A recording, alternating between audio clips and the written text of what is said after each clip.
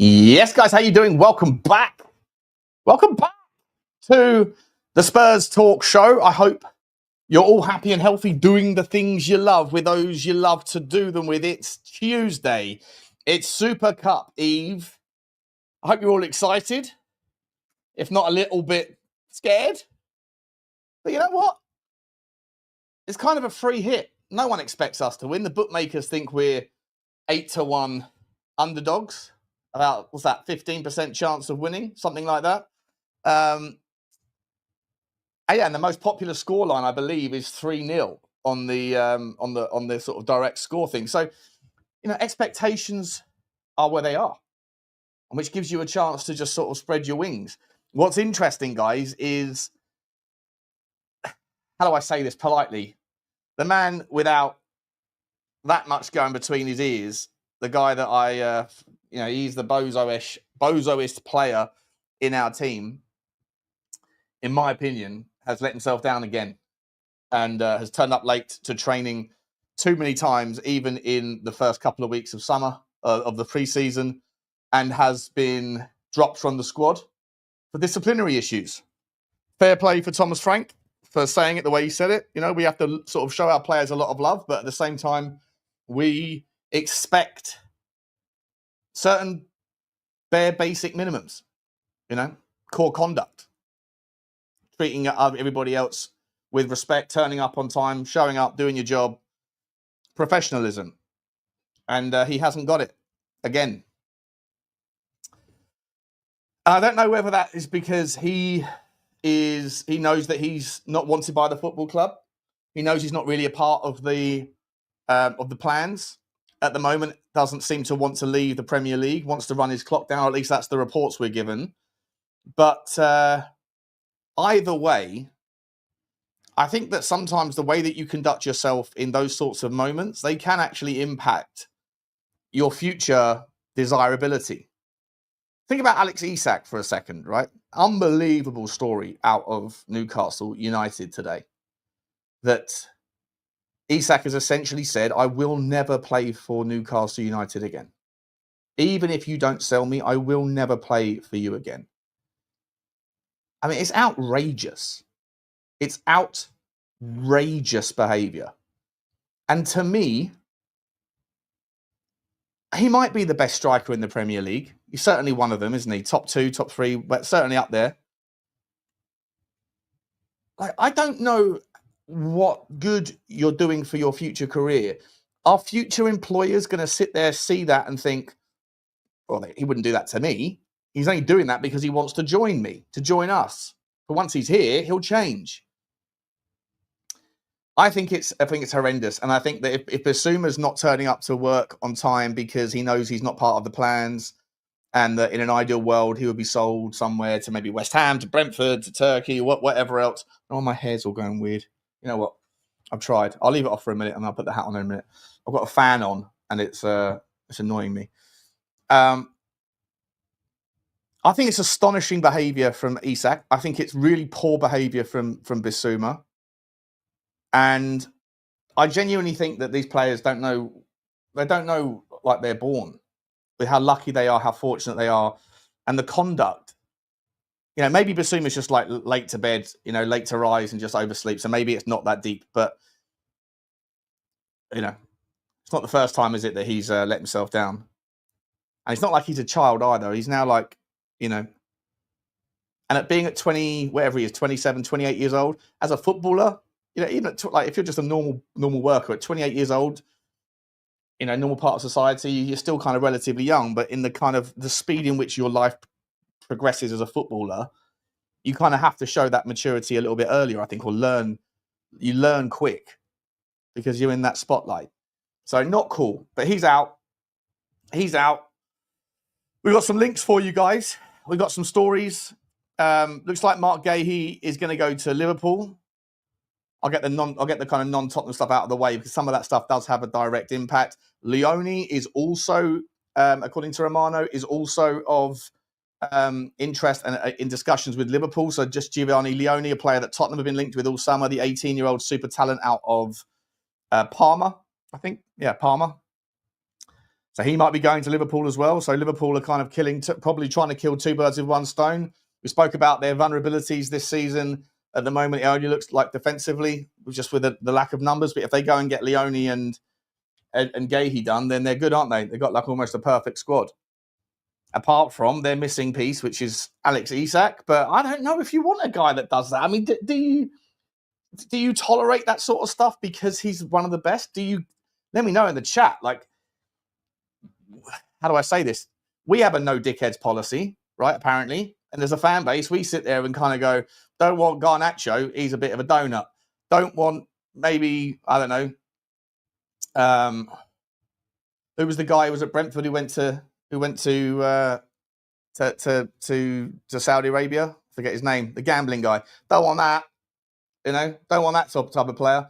We somehow have conversations and debates about whether or not this player is right for us, despite their amazing talent, because they're a bit of a donut. Would we be having the same conversation if we were linked with Alex Isak? Saying he's never going to play for the club ever again, even if the window shuts and I'm still here. You know what? Like doing that to Saudi money, I kind of feel like the Saudi PIF guys might just sit there and go, fuck it. Like, to us, 150 million ain't that big of a deal. We'll figure out a way to make this all work out. Send him to the kids. Make him train by himself for the next 3 years of his contract. He's not leaving. He signed a contract and he can just sit there and rot. I don't know. Let's come and see how the chat's doing. 600 people here, by the way, guys. Smash the like button if you're up for a chinwag this evening. I do actually just want to quickly take the chance. I watched back last night's Spurs 5.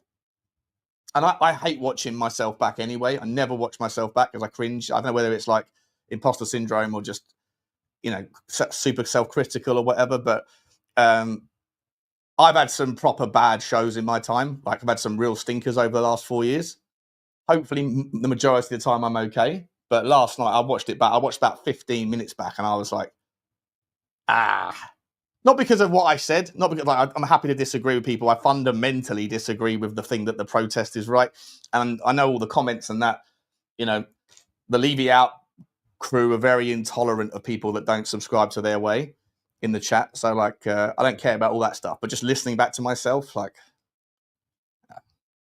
just sloppy performance. So I apologize. I already have apologized to the three of them, saying I didn't do a great job at hosting. Apologies to you lot if you were bored or frustrated listening to it, because it wasn't great. It wasn't a great effort. Anyway, let's find out how everyone's doing. Smash the subscribe, hit the notification bell, and drop a comment or two. Let me know your thoughts on what we're going to talk about. Eze wants Arsenal, says Jason Scopes. Nah, listen. Eze would go to Arsenal if Arsenal put in a bid. Eze would come to Tottenham if he wants to play Champions League football. I think he's equally okay with going to either. I think if Tottenham can figure out a way to get it done, I think he'll come to Tottenham and I think he'll be very happy. By the way, he would immediately be Starboy. He'd have a song sung within 30 seconds of the shirt being hung up. Like, the Spurs song sheet will be all over that, like beans on toast. He'll be far more adored by Tottenham fans than he would be by Arsenal fans. Amongst the Arsenal team, he's just one of several superstars. At Tottenham, he's the boy, isn't he? He's the boy. He feels like a Tottenham man, even though he's not. But anyway, good to see you, Jason. I hope you're okay. Tony Rodriguez, big up to you. Big up, Moddy Tone. Big up, Sean in the chat. Big up to you, buddy. Bourbon Buzzard saying, evening, Sean. It's the silence that frustrates us. We need our Here We Go. Yeah, we do. I had a feeling it was going to be done last night on the stream. And then it wasn't. And I don't think it's going to get done now. I wouldn't. If we're close, I could envision a situation where the deal's already done, maybe, or for one of them, for Savio. I don't understand. Is it Savio or is it Savinho? I don't know, because I've heard many people from different worlds calling him both, so I don't know which one it is. But if that one's close, imagine if Tottenham sort of soften the blow of some sort of of defeat tomorrow night, or if we win, and then an hour after we lift the Supercup, Savinho to Spurs, here we go, Eze imminent. Yeah. what do they say? If Carlsberg made days in football, that would be it. Unbelievable. Evening, Shawnee. What's up, guys? What's up, Colin? Good to see you, mate. Good to see you. Ian, JD, there's no Bomba because neither signing is going to happen. Well, dear, oh dear, Ian. Come on, mate. Come on, bro. Like, you know, what are we doing here? It's not what we do here. We talk about things with the glass half full approach. Come on, Tottenham, says Johnny Boy. 100%. The silence is deafening, says Studio. Good to see you, mate. Getting anxious now. You know what the problem is, right? I think that there's some truth to that. Like, there was seeing rumours out there today saying, like, oh, now that Arsenal are going to kick the can on Eze and wait until right at the end. They're going to sell a few players first, raise some funds to be able to make it all work. And then because Tottenham have now sort of made a move, if you like, Tottenham are like involved. Now Arsenal might be getting involved as well. And with the Savinho, the reaction from the Savinho to Tottenham news, I don't think I've ever seen a transfer to Tottenham Hotspur that has had such a visceral reaction from our rivals. It seems like every fan, or most fans, most fans of all of our rivals. I've seen Chelsea fans saying, "Wait, what? Tottenham are in for let's go and get him." When Chelsea have already got 473 left wingers and right wingers between them. Arsenal saying, "Forget Rodrigo, go and get him." Man City fans saying, I'd rather keep Savinho than sell him and buy Rodrigo." You know, lots and lots, like loads and loads and loads of fans are sitting there going, that's a power statement signing if they get it done. And according to reports out today, guys, it's 50 million quid. 45 to 50 million. I think it will still be more if it does happen. I think that you'll have to get it done. But I really just hope that Daniel Levy doesn't, you know, either, like, I think he needs to be smart enough to realise whether or not we're having our time wasted here. Remember, Pep Guardiola, like, specifically called out Daniel Levy regarding the 115 charges. He was saying that all 19 clubs speak to their owners, Levy. He didn't call out, he deliberately went out of his way to say Levy and all the other 19 owners or all the other 18 owners. Why call out just one unless you've got a specific problem with Levy? So I just think that, personally, genuinely think that there's a chance here that we're just having the wool pulled over our eyes, and that we're maybe going to waste another 2 weeks thinking we're going to get it, and then eventually they're going to say, nah, changed our mind. And I think that angle is not quite as strong as the other side, but still it's not an insignificant probability that's what's happening. On the other side of the coin, I think that they could make the argument, if we get 58, 60 million, 65 million, whatever, for Savinho, who's, you know, good prospect, but, you know, he hasn't, like, lit up the game, so to speak. He's done well, but he's not like a Lamine Yamal, is he? Let's be honest. Then they can go and get a guy called, like, Rodrigo, who's sort of oven ready, right? And I think that you have to remember, I think that Manchester City, when they went through their rebuild, not this summer and January, but last summer, I think it was, or it might have been the January before, they sold a hell of a lot of their players and moved on a lot of their kind of older, like the Gundawans, those sorts of guys, who were contributing massive amounts of output, and they replaced them with guys that didn't. And so I think that hurt them a little bit. It must have been last summer, yeah. So I just feel like maybe that they're sitting there thinking, well, Savinho's output, not great, even though I think we've covered off on yesterday's show that actually his input is phenomenal in regards to creating things, just not necessarily as the last person. He's not the goal or not the assist, but he's the guy before the guy in that regard. And so, but maybe Pep's like, yeah, fuck it, let him have that, and we'll go and get a guy that will bring us 20 GA. And I think that, look, we're not operating at the same. We might be competing in the Champions League, but we're not operating at the same level. And one man's what's the phrase? One man's trash is another man's treasure, sort of thing. So, you know, I think it makes a lot of sense. I really hope it does work, but I do have this slight little weird inkling that there might just be a big waste of time. You know, because it's Man City and it's Pep.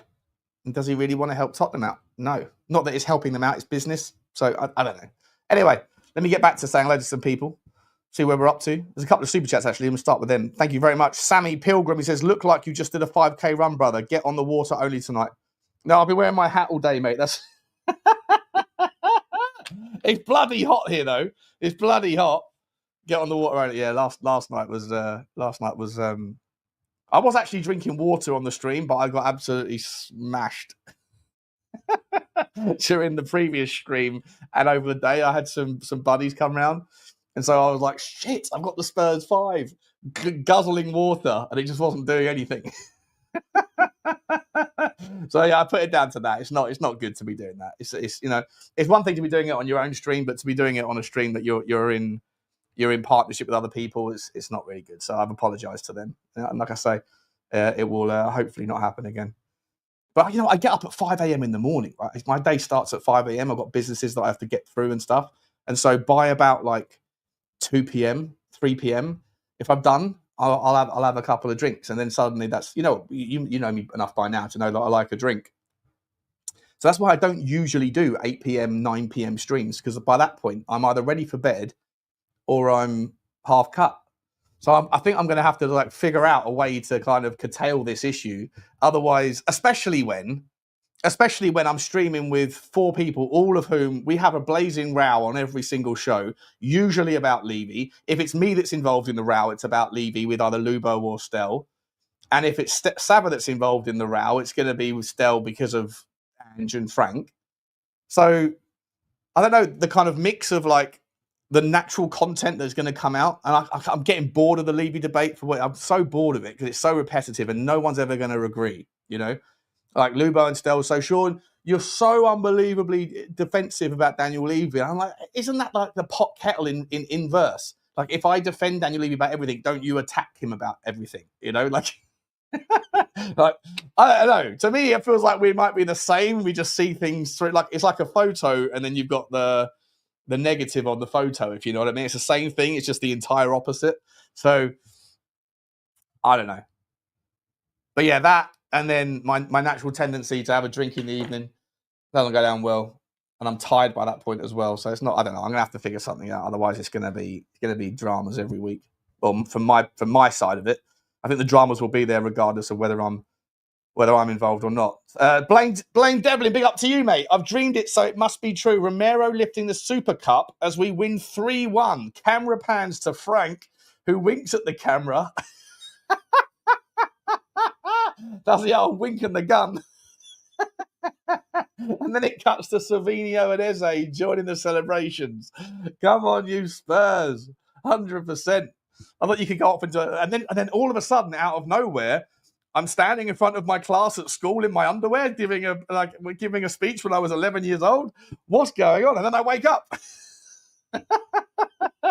Camera pans. And then all of a sudden it gets weird. Big up to you, Blaine. I hope we do win, mate. I hope we do win. I hope we do. I hope it's going to be one of those nights, sneaky little 1-0. I've got some ideas on the Paris team, the PSG team, and it does look pretty tasty. Albertinho, Dembele, that they've all travelled. No Donnarumma, though. No Donnarumma. So he might be playing. We might have to play him twice a year rather than just once in a random game against PSG, because it looks like he might be coming to the Premier League. Thank you for the super chat, though, man. Kobe Pruitt. Big up to you, Kobe. Cool name. I like that name, Kobe. Spurs making the same mistake. They identify a player, submit low ball offer, spend 2 weeks increasing the bid by £2 a day until the window closes. 100%. Actually, have I got this here? I'll see if I can show you. Yeah, let me get it up. Pause. Where's my Twitter? Here we go.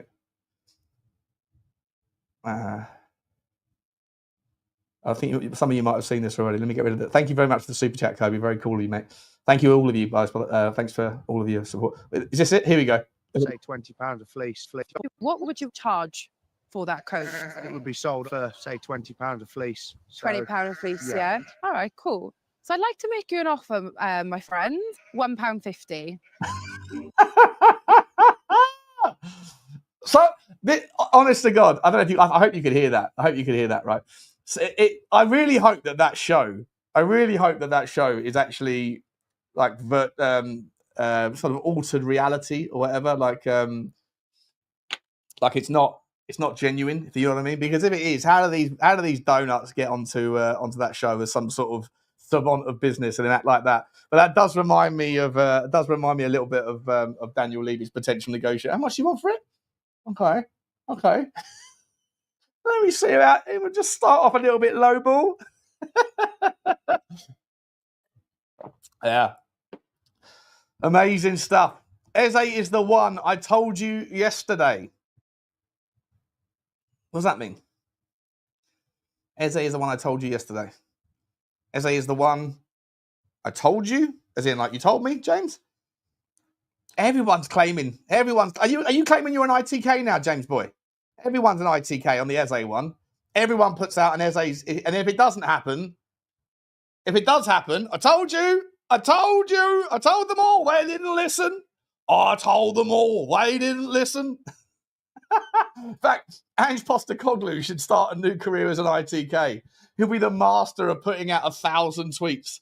And then as soon as one of them hits, retweets that 1,000 times. And then quietly deletes the others. That's what he did. I told them. Yeah, you also said we were having a title challenge, bro. Let me catch up with the chat. Sorry, everyone that's been chatting. I wanted to come through, but there's thousands of chats already. Hi, Sean. Are the Spurs 5 planning a second season as season 2 is always better than season 1? Mate, listen, I'll be entirely honest. Like, I think the thing will get better. It will do. I think it's already popular, but if I'm entirely honest, like, it's not really how I want it, how I see it. I like fiery debates, but like, if every single week it's just going to come back to Daniel Levy, I think I might have to shoot myself in the face. You know, I can't do that every 3 days, even if I'm sober. Even if, like, I just think it's so repetitive. But it seems to be the thing. And I know that's what people want. I know people want a debate and stuff. I get it. But like, if it's the same thing on loop, yeah, it was The Apprentice. It was The Apprentice. Super Spurs ITK equals I'm the knob. 100%. I always get my Bomba right in my second season. Nothing's changed. Nothing's changed, mate. Nothing's changed. So I made a mistake. I said I usually do. I always do. I always get my Bomba. We got some more super chats. Let's have a quick. We've got some stories to get to, by the way, guys. We've got some stories about Facundo Buononotte of Brighton fame. A cracking little attacking midfielder. Although for me, like, he's linked to Tottenham. I don't think we play him in the 10. I think if we were to sign him, there's like 25 million quid or something. We're apparently interested in him. I'll come to that in a second in more detail. But the way I think of him and the way when I've looked through the Y Scout, I personally think he's the 8 that Morgan Gibbs White was supposed to be. He's an attacking midfielder, but I think he can sit because he's the best thing about him is his ability to win the ball back high up the pitch and then run at players. But he's a good dribbler, like he can take players on, but not in tight control. He's not like a kind of like a James Maddison or an Eze that can kind of just, thread it through in the eye of a needle or whatever. He's someone that just, when he has space, he'll just charge at people and then just to drop a shoulder and go. But usually from this sort of halfway line. But he's a 10, but his output isn't spectacular. He gets a goal like every sort of 3.5 games or something, which, that doesn't sound, it's not bad, but it's not spectacular. But for me, he's a very interesting player in he's almost like a 6, but as a 10. That makes sense. He's so good at winning the ball back. His pressing, his ability to read the game in transition when we lose the ball, he's phenomenal. So I like players with unique, specific value and skill sets. I love players where I go, who does that guy remind you of? And you go, I don't know, really. It's kind of a little bit isolated value. I think with isolated value, there's like this, you can get creative with how you put that to work. I think Pape Sarr is a player with that sort of thing. I think Decky is a player like that. There's not many players that have the skill sets that those guys do. in the makeup that they do, that recipe. And I think that Buonanotte is another one of those types of players. I think he's a really interesting player. If it wasn't for the fact that Tottenham are currently looking at other players and we've got bigger fish to fry, if it was like, I will add him into the mix, then I'd be all over it. Like if Tottenham could go and get an Eze, a Savino and a Buonanotte, I'd be more than happy. Be absolutely more than happy. We're also linked, by the way, with Joel Ordonez, the versatile defender from Club Bruges, who I'll talk about as well in a minute. Yeah, it's interesting stories out there. I don't know, like I say, I don't know how many of them are true, but they're all out there and about there. Let me get back to the super chat. We've got Marzi. Big up to you, Marzi. Tom, I think that is Tom Martin. Big up to you, mate. Super sticker. Super train has left the station. Appreciate you very much, mate. Thank you so much, Tommy Boy.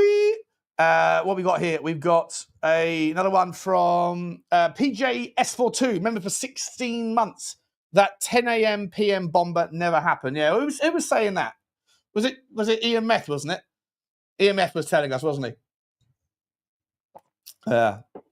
Yeah, he went quiet. Nah, I love Ian. I love them all. I love it. I love everybody that's we're participating in the fun of it all, aren't we? Participating in the fun. Never happened though, did it, PJ? No, didn't. No, it didn't. Thank you very much for your support, my man. Appreciate you. I don't know what your actual normal name is, but I've not seen PJS42, but I'm sure I would reckon you've been a member for 16 months, so I'm sure if your normal name was up there, I'd see it. I don't know what it is. Let me know. Thank you, man. And Destiny, my man, moderator in chief. Big up to you, Destiny. I fear the Savino and Eze is just a smokescreen. A smokescreen for what?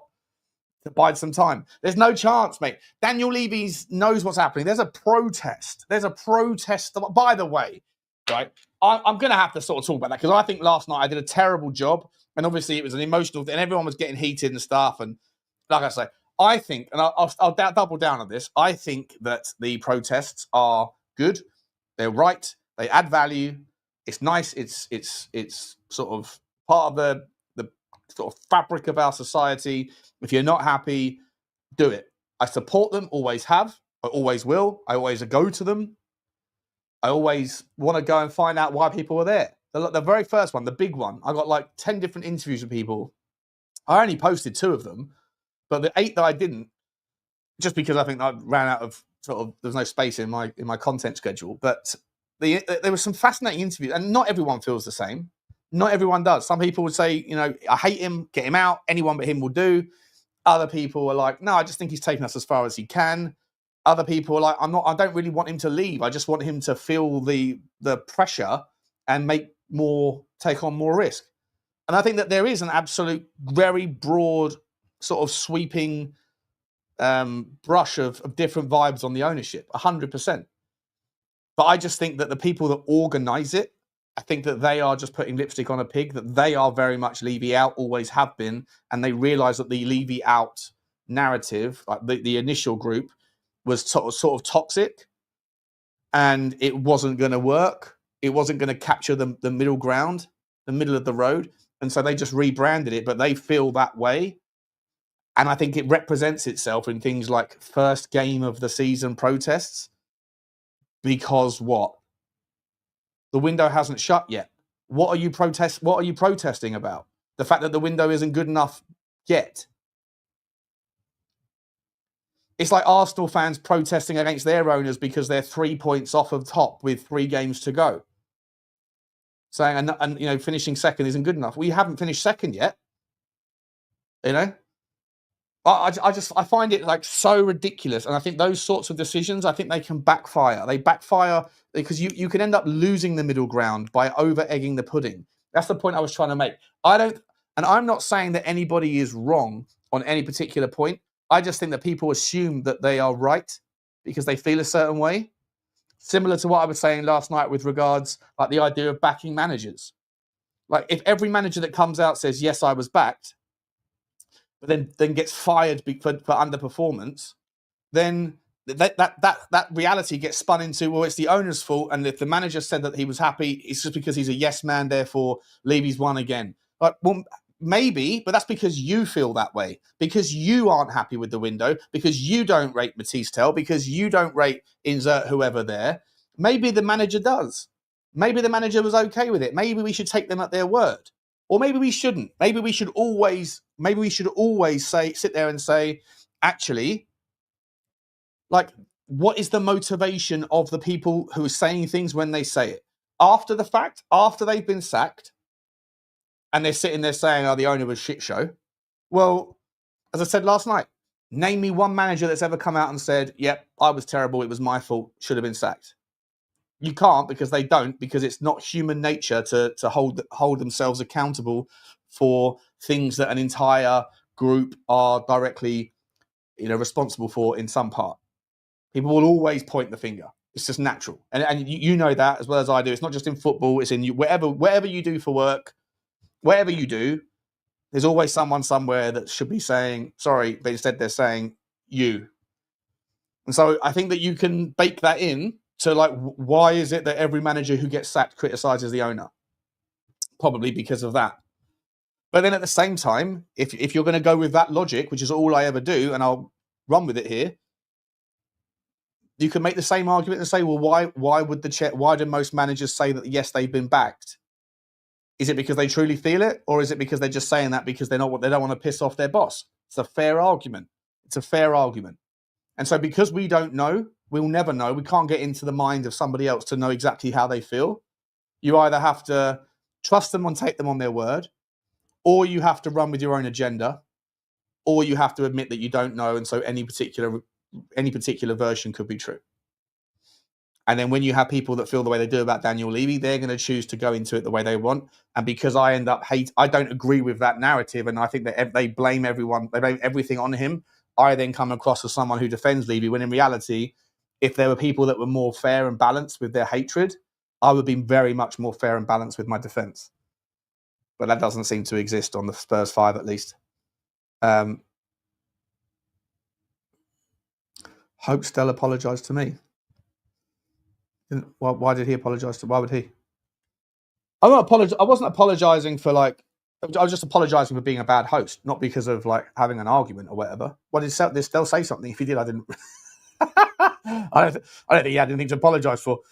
I just said to the guy, like, sorry, I didn't do a great job of hosting because the segments were too long. We went on for 3 hours. There was like direct debates happening, and I was trying to chime in. I shouldn't have been, and I was basically like not in good shape. So it was fine last night. Okay, cool. I am a very harsh critic of myself, to be honest. Sean, you're just debating your debate with Tel and Luba yesterday, not the majority of fans, lol. What does that mean? I know that everyone's got their own take on it. My debate with Lubo and Tel is well, I just think that, like, Lubo and Tel happen to see Tottenham, see Levy through this lens where they don't want to give any credit at all if they can avoid it, because it looks like it damages their thing. And then they accuse me of saying you'll never criticise Levy. Whereas if you guys watch my channel, there's 1,100 people watching. There's people that have watched my channel for 3 years. When I take my dog out for a walk, there's so many times I've always criticised Daniel. I think Daniel Levy's guilty of loads of shit, doing loads of stupid stuff right now. I think the fact that the Savinho story leaked, of all of the stories that I would have liked to have been nowhere, Tottenham talking, it's done, I would far rather have that to have happened with Savinho than with Morgan Gibbs Bloody White. Of all of the stories to leak, to allow another bigger club to come in and say, screw Tottenham, come to us, I would far rather that have happened with Savinho. Or not have happened with Savinho. But anyway, I criticise Daniel Levy all the time. It's just when I'm in the company of those guys and people like them, like, if you see Connor and I, we disagree on things. Connor likes to go down the financial route. I disagree with the weighting in which he allocates to those things. But I love Connor. I actually, you know what? Even though Tel and I had 3 years of really disliking each other, I've actually got to know him, and I actually find him far more reasonable and nice and sort of solid guy than I thought I would have done backstage and things. He's 3 years of wasted animosity, I think, for both of us. But we don't agree on that particular topic of football. And Lubo, love Lubo to pieces. I don't agree with his lens on Tottenham, and that's why I say what I say. But at the end of the day, I fundamentally think that things like the protests have the timing and the placement of them need to be valid. It's like pumping out for content's sake, right? Like sometimes I overpublish content just because I feel like I need to do it. But sometimes less is more, I think. Sometimes less is more. Who made up first? No, we didn't make up. We just I think Saba was the initial kind of we just sort of went, should we just do this channel? Opportunities come up. And he said yes, I said yes, and then we just went to a backstage, talked about it, and like a green room on a StreamYard, and then we've never have kind of sort of buried the hatchet via any of that stuff. It's just business, isn't it? It's just content, Like to a few of us, these things are becoming more and more a part of our lives. So you have to park that sort of stuff a little bit,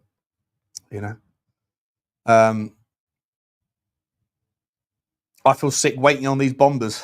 Yeah, 100%, Sanford. 100%. We've got someone joining us. How are you doing? What's up, man? I'm doing good. How are you? Yeah, good, buddy. Good, buddy. I'm going to change bring it in the appropriate framing. How's things, mate? How's things?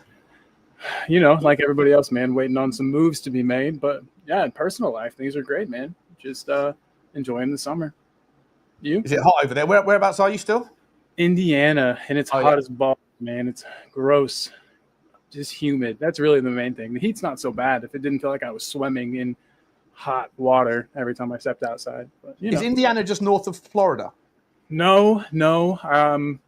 It's right smack dab in the center of the country. So like Illinois is on one side, Kentucky's right underneath, Michigan's right above.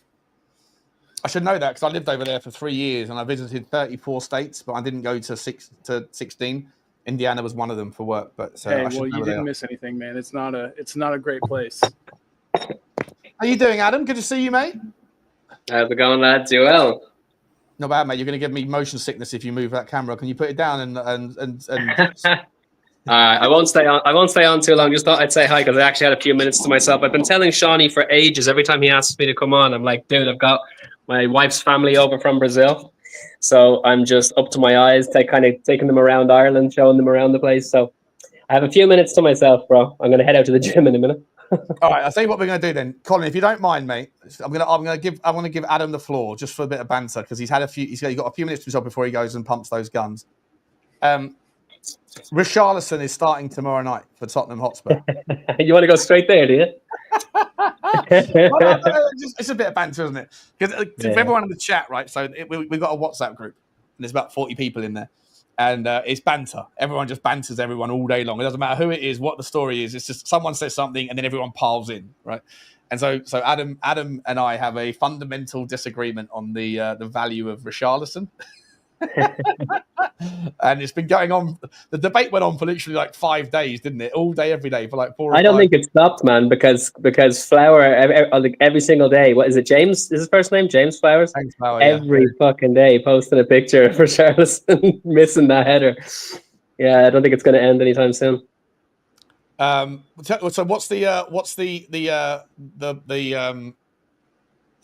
pitch for Richarlison, mate? Explain. Do you think that he is as good as you say he is, or is he just banter from you? Legit. No, I mean, we were talking about hyperbole before. I'm guilty of it myself. I definitely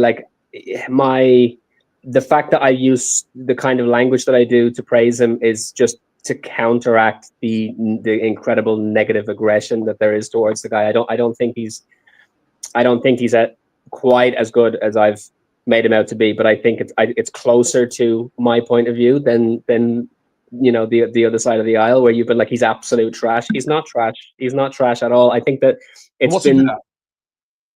what's he good at? The guy can score goals. The guy's incredible. The guy's generally incredible in the air, and at the moment he's been so off form that he hasn't had the opportunity to show that. But we had an incredible period before he got his injury where he was scoring for fun, and I think that with the appropriate service, I've been saying for ages that when people have been asking for to solidify our defense or for better attackers. Our midfield is porous.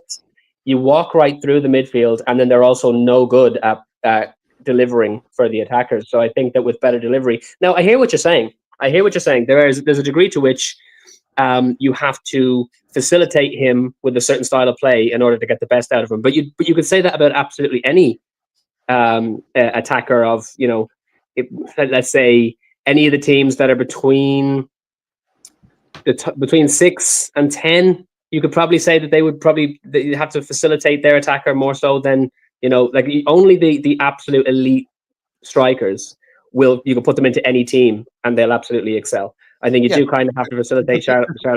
What level of team does Richie get into at Tottenham in the Premier League? I think that were he to so I don't think anybody's going to go after him because of his injuries. The guy has far too many injuries. He's too much of a question mark. If that wasn't the case, I would not be surprised at all. A lot of people might find it surprising, but I wouldn't be surprised at all if Isak got sold and Newcastle went for him. Simply because he, the only reason they won't is because he's injury prone.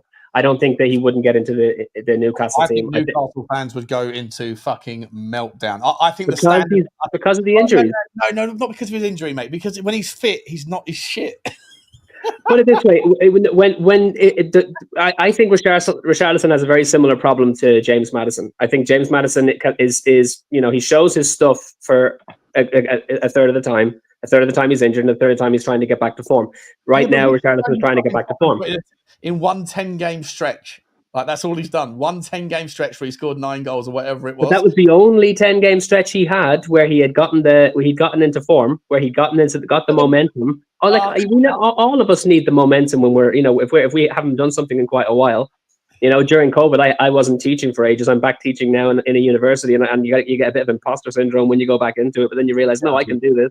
I hear you on that. But I don't think we afford the same level of latitude towards other players that are returning from injury, and then this notion that when he's not playing well, it's just because he's not fully fit. That to me is a defense mechanism for someone that isn't that good, or that you think that I believe isn't that good, and it's just I think people that believe he's better than he is say when he's not playing well. Could it also not just be that he was in an incredible purple patch of form in that 10-game period that just massively shot above his level, and that gravity? I don't think so because he might have been playing for a really shit Everton team when he was there, but he was their best player far and away, and he was he did an incredible job keeping them from relegation that season, and he had terrible players on that team with him. He was doing it all himself. I think when he plays for Brazil, we don't see the thing. I said this in the group before as well. If his name was Richard Anderson and he came from Peckham, nobody would expect him to be the greatest striker that ever lived. But he's Brazil's number 9. So then the sort of baseline for how good he's supposed to be then increases significantly. Do you know what I mean? I think it's unfair because he happens to wear the yellow that it stands against him. Maybe. But he has played an incredible. He's done very well for them in a time period where they're not as good as they used to be. I would also just like to point out that Sean has said on many occasions that the only reason that I even defend Richarlison is because my wife is Brazilian, and to that I say I didn't want Emerson Royal to stay at the team. I didn't want Lucas Moura to stay at the team. There's plenty of Brazilians I'm not a fan of. Well, Lucas Moura was actually a baller. Lucas Moura was actually a baller. Richarlison is a fucking fool. I love Moura. It's just he stayed at the club a couple of seasons longer than he should have. On the Brazilian thing though, just FYI, you asked earlier, is the absolute incredible attacker we're going for now, Savinho? Is his name Savio? Or is his name Savinho? What is it? Do you know? I can fill you in on that. Absolutely, yeah. So Savio is his name. His Christian name is Savio. Okay. But in Brazil, they add Inho or Inha. Little guy or something? It's a diminutive. It's like if people call you Shawnee, it's like a pat on the head. It's like, it's diminutive. In Ireland, yourself, you're part Irish, right? If you're here, they probably call you Shawneen, because it's the same thing. So it goes from Shawnee to Shawneen, Shawninho. So Savinho is little. It's the same thing, by the way, with Ronaldinho. His name is Ronaldo, but it's Ronaldinho because it's little Ronald. Got it. Ronaldo. Makes sense. Fair enough. I appreciate the clarification. There you go, mate. You learn something new every day. Colin, how you doing, mate? What's your take on Richarlison? Before we bring it back into real matters of business, like getting the boys Savinho and Eze and that in, what's your take on? I wanted Adam to sort of explain exactly what. I mean, I still don't think he's justified his argument by saying he's just when he's not playing well, he's just not fit. My argument was that he's not a cock block, Sean. Tell them the truth now. What was my actual argument? He's not a cock block. Yeah, the argument was that because the phrase. Sorry, Colin, just 2 seconds. The phrase was, I call everyone a cock block who are stopping our plans, right? And it's obviously just a tongue-in-cheek phrase. And I know you're taking it literally, saying, no, it doesn't make any sense because he's not the girlfriend that you don't want. Or not the little brother, he's the girlfriend you'd rather improve on. That I hear you, but and that's what the trigger of the argument was. But the argument fundamentally shifted away from cock block to whether or not Richarlison's any good, of which I still think I'm pretty confident in saying it. The answer is no, sir, he is not. Colin, what's your take on Richie, mate? It's hard to separate my head from my heart on Richarlison. I think you know what I mean. He loves football. You know, this guy just got so much passion for running around the pitch. You know, he tries, he gives his all to get to every single ball. 50-50s, I think he's got no chance for. You know, I think his play style might be part of the reason why he's injured so much, just because the guy doesn't know when to quit. Yeah, he's not good enough for us. Purely as a rotational option, fine. I don't think that he's starting quality for Spurs, but if he was cool staying around for I guess a rotation option, I'd be cool with it. You know, yeah. But other than that, but he's taken up a squad spot. He is. I do think that he's good for like a chaos factor. You know what I mean? To throw on in a match because you know, you never know what that guy's going to do. He offers something different to what we've currently got. What we've currently got in the starting 11. You kind of do know what he's going to do, though. He's gonna overhit the pass, underhit the pass, or not trap the ball in the first place. Man, and I do hear what you're saying too about, you know, whether or not that good bit of form he has was that him overperforming, you know, and now he's just coming back to the mean, like the average. Probably, if I'm being honest, probably so. He's not getting any younger. You know, I think his best days are behind him. So yeah, does that answer it? Yeah, it does. Let's move the conversation forward. I didn't want to get into the Richarlison one because you know, as Adam's here, I thought we'd just get it out on the air. And by the way, I don't know if you were interested, but Danny Kiriakou said, "Get me on. We have to have the Danny versus Adam debate right now." He does have the link because he's in the chat, and everyone who's in the chat's got the link. Actually, I think he's in the chat. So yeah, so he might pop on and want to go for you, Adam, or you want to say if you're ready for that. I don't know, mate, but you know. No, I certainly don't mind doing it, but I did say I can't stay on very long. Is the only problem. I know. So yeah, fair play. If he does jump on and you happen to have to leave immediately, then you've got the fair claim. I'm not happened. I already said I gotta go. Okay, couple of quick questions then for you both. So the protest was a big sort of part of contention in last night's Spurs 5. As I said already, like I think I was embarrassed by watching myself back. Shocking shit show from me. But the protest fundamentally, I think, yeah, do it. Fill your boots. Right to protest is sacrosanct, all that stuff. But I think the timing of it stinks, and I don't know what they're protesting about right now because the window hasn't. If you're protesting a bad window, wait for the window to close. If you're protesting just general Levy, because you just hate Levy, then that's not really changed for Tottenham. That's Levy out. That should be something different. And if you're protesting, I don't know, last season, we won a trophy. So I don't really know, like, it's the first time for the fans to get back together. Let's do a protest. If Tottenham happen to get one of Savinho or Eze in before Saturday, I think they will do more harm for their own than, you know, for their own movement, by putting something on in the face of positive news. And I think that not many people will turn up, and I think that people will take them less seriously. And I think that sometimes you can sort of, I don't know, put your foot in your mouth, cut your nose to spite your face, or whatever the correct phrasing here is. Adam, like, what's your take on the protest generally, mate? Or this particular protest, sorry, for Burnley game? I think it's... it depends on what the agenda is. Like if it's to try and get some movement in the transfer window before it closes, before it's too late, then, you know, fair enough. But if it's like, I just think it's too early at the moment. I'm annoyed that we didn't get some more movement before the Supercup, because we're clearly not taking that seriously. So like that's just we may as well. I have no doubt in my mind. I know as positive as you were last night, Sean. I have no doubt in my mind that's we're going to get absolutely smashed tomorrow. And if we had it brought in, if we had Savinho and Eze now, we could actually do a bit of damage. Do you know what I mean? I think it would change massively. If you think we are fundamentally going to get absolutely smashed tomorrow, yeah, and if the only reason you're making that argument is because you think that Savinho would be an incredible improvement on whoever it is we're going to start on the left, Tel or Udogie or whatever, and that having or one or because we're never going to get both, having Eze in, right? So that if like everybody would say, what do you mean we won't get both? If you get Eze and Savinho in, this window goes from a 3 to an 8.5 immediately. Then you just need to go and get a fullback in and maybe a striker, and then it becomes a 10, right? But if the argument is we're going to get smashed with the current squad, smashed by the way, 4-5-0, whatever people are saying, then does that fundamentally change by having one more player in the team? I think it means that we're actually able to press better. I think it means that we have creativity. We'll actually be able to score. I'm not sure that we're gonna like. I agree with Sava on this one. I don't see where the goals are coming from tomorrow. We scored one. The only reason we beat Arsenal was because we got let away. Like in fairness, I think that it was a dive when Richie supposedly took your man down.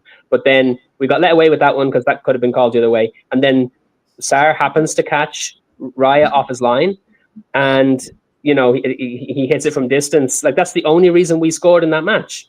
I don't see like that was really lucky and really tricky from Sarr, but I don't see how we're scoring against PSG tomorrow. They've got an incredible back line, and so I just don't see where the goals are going to come from. And then in the other direction again, if we haven't solved our midfield problems unless suddenly. But Palhinha was awful the last day. Now he needs to get his form back, and that's fine. It's absolutely shocking.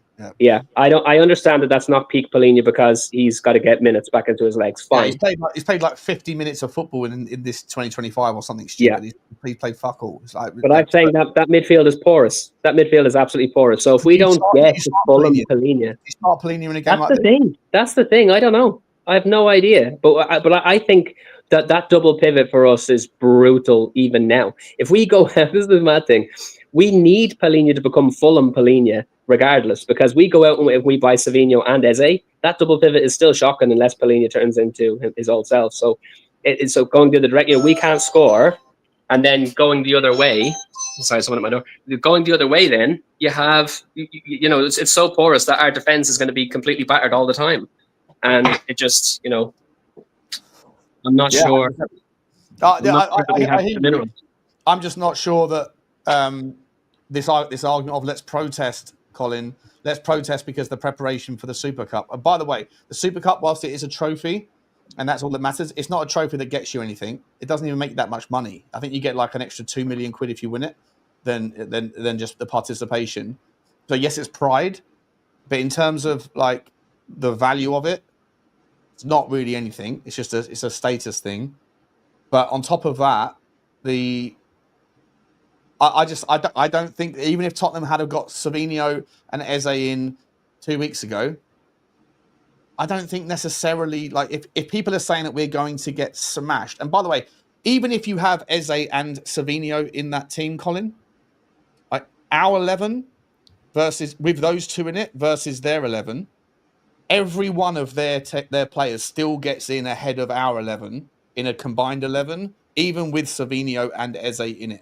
So on that basis, if people think that we're going to get absolutely smashed, why are we protesting on the basis of lack of preparation for a Super Cup game that we were going to get smashed either way? No, I see your argument, man. You were talking before too about cutting off your nose to spite your face. I think that protests, you should save them for when they really need to happen, when they really matter. I think that, like you said, if you protest too often, you kind of risk it kind of getting watered down and like diluted and not meaning as much when it's really the time to do it. Back to the match tomorrow. I mean, yeah, we're probably going to get smashed. I don't see how we're going to like relieve pressure off of our midfield and defense long enough to actually accomplish anything at the other end of the pitch. It just seems like you said, it's going to be backs to the wall the entire time. And what we get out of Savinho and Eze, an outlet, I guess. You know, if we're trying to counterattack, I maybe would trust them more to get more done than the players that we've got with the limited time we're going to have the ball. But yeah, I mean, I'm with you, man. I think that it's a lot over nothing, really. You know, I don't think it's worth protesting over. I don't know if I agree that we're going to get smashed. It's a one-off game. You know, anything can happen. 100%. You know, and where are the goals going to come from, Adam? I mean, they can come from anywhere. That's the beautiful thing, man. Like, all it takes is just one match. You know, it doesn't have to be consistent. It doesn't have to be players that will ever score again. You know, but we have to stem the tide and score more than them. You know, it's not just like where did a goal come from? Fair enough. Sarr could do it again.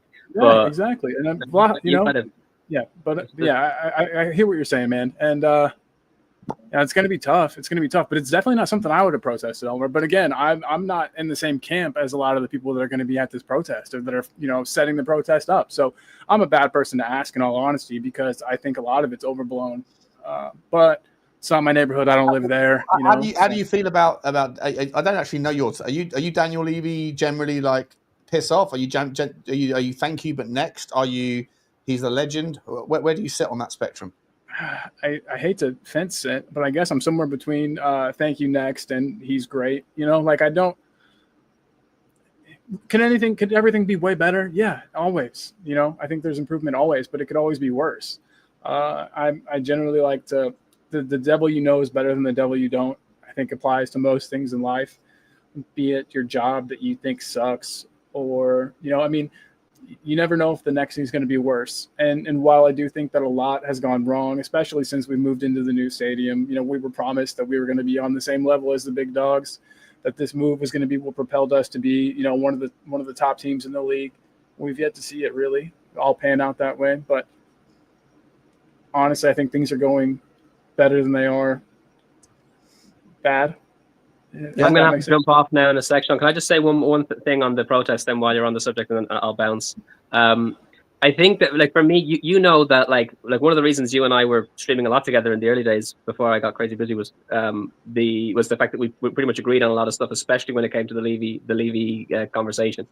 And I'm the same as you. I can see the business side of things. I could see the how it was.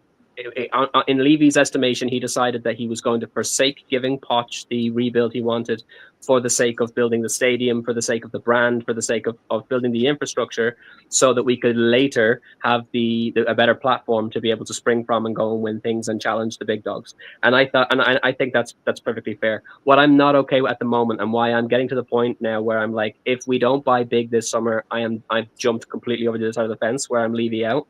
Okay. Is I'm like, we know there's money there now.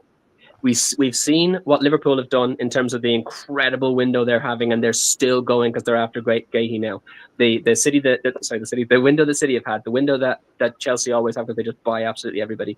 Man United look better than us right now, even though we beat them in the Europa League because of the players that they've brought in, and they're going to continue to spend too. If we don't, like, we're not even a top 4 team now, let alone a team that's going to challenge for the Premier League and the Champions League like we were promised. And the thing is... Oh, hang on. But just quickly on that one. Yeah. Like, just because he says, my intent, we need to win the Premier League, we want to win the Champions League. No, but you have to at least get us up to, like, top 6, man. Come on. Like, there's no way... we can't finish this season in the bottom half of the table again. And that's where we'll be. I don't think we will. I think... That's fair. No, that's fair. If he brings in players... But what I'm saying is, like... The biggest point for me is where do you think our squad as it currently is versus every other squad as it currently is finishes this table with just on a value on the standard of the squad alone? Forget about like, you know, luck, variables, injuries, forget about managerial tactics. Where do you think do you think our squad is better than or worse than Crystal Palace's, our overall squad? The reason I'm finding it difficult to answer that question is because I'm thinking about Tottenham under Ange. The players, the players are only as good as the formation they're in, the structure they're in, the opportunities that they're given. Include the manager then. Include the new manager. So with Frank in the picture, I'm hoping that we're better than Palace, yeah. We should come on. I don't know that we are. I don't know that our first 11 is. You're not Squad, sure we are. Squad, yes. First 11, no. Sorry, no.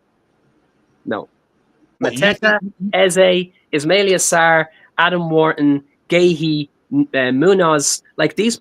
I'm sorry, no. They're first 11. Munoz is better than Pedro Porro. No, but he's better than Udogie. Well, Tariq Mitchell is the left back. So I know, but I'm just comparing fullback to fullback. Is Tariq Mitchell better than Udogie? No, he isn't. Right, No. And he's not better than Jed Spence in my opinion either. Is Gahey better than Romero or Van der Ven? Close. But it's horses for courses, man. Like the team has chemistry. You know what I mean? They know how to play together. Our guys look like they're headless chickens sometimes.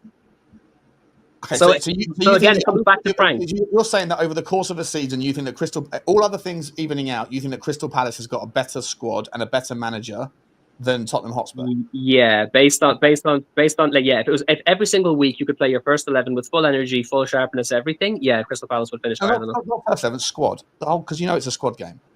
Yeah, but you're saying there's no injuries, so then you'd be playing the same 11. No injuries. I'm saying ignore the current injuries in the squad. I'm saying is the squad that has to compete over the. And I'll allow you to bake in the fact that some teams don't have European football and other teams do, right? So those things are variables as well. You're saying it's a tight one, basically. You're saying it's close, right? Yeah. Colin, do you think that Tottenham are better or worse than Crystal Palace on all those things? Just like again, when I say ignore the injuries, I'm not saying like they're not going to be a thing, right? And like suddenly, you like say current injuries. Yeah, forget that. Just saying the full squad versus the full squad and what the manager can do with that team. Do you think that Palace is better than Tottenham? There's just so many unknowns with Frank that makes it tough, you know. And then like Adam says, it's hard to take off your Ange tinted glasses because that's all we know. That's all we know with so many of these we have players. no idea the potential of the team, Colin, do we? No, none at all. And Palace definitely have a better squad. What? Yeah, no, I can't say that for sure. You know, yeah, I don't think it's the squad, but better 11, man. I wouldn't argue that it's a better. Okay, what about Brighton?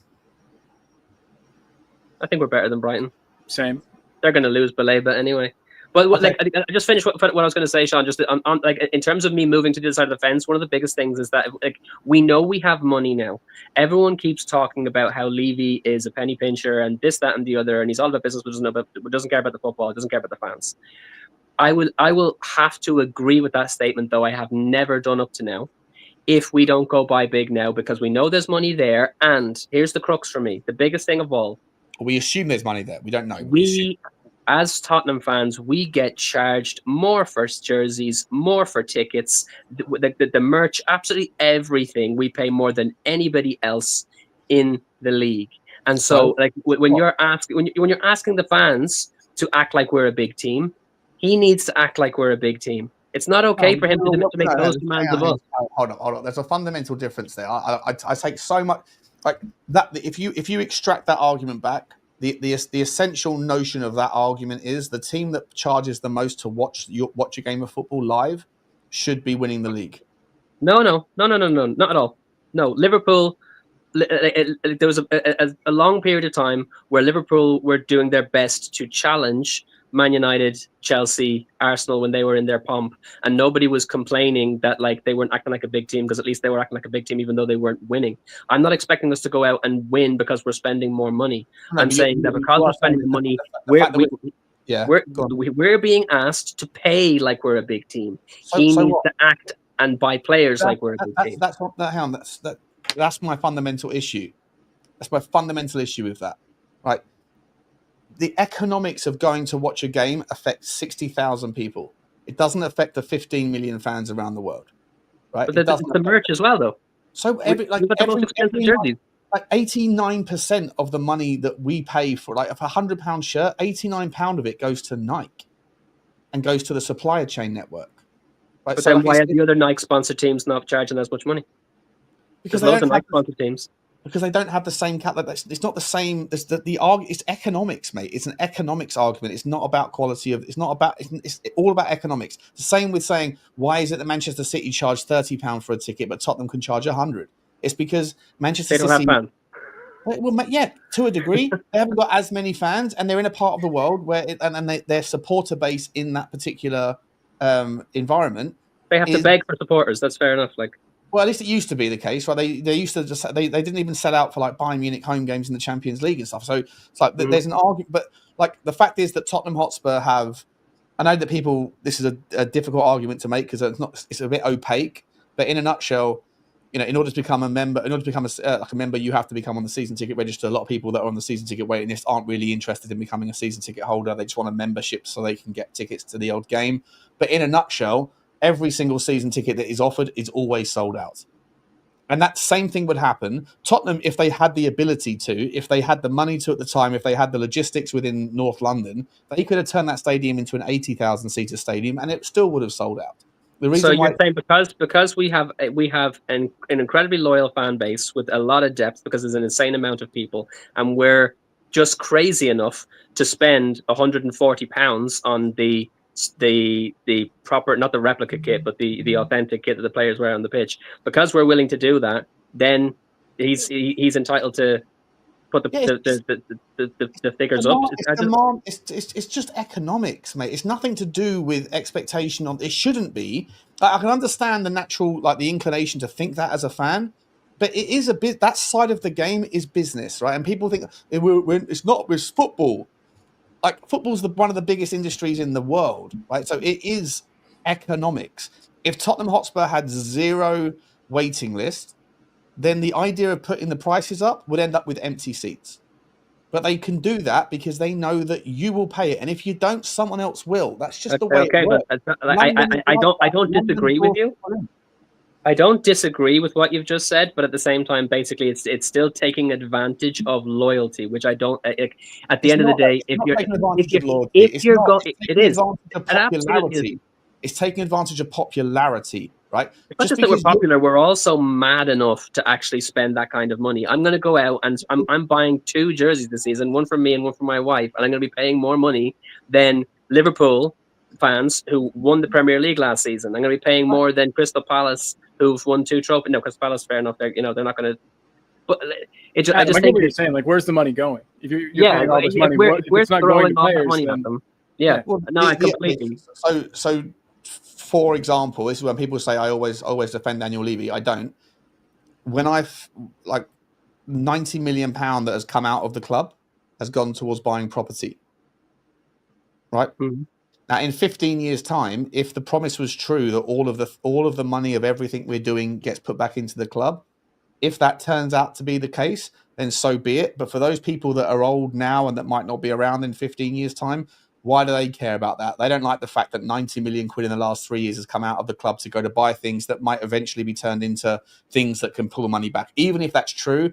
And I'm sure that the cynic in me, again, why I won't defend Daniel Levy at all times, I'm sure that they will have a vested interest in selling the club before that reality has to actually materialise.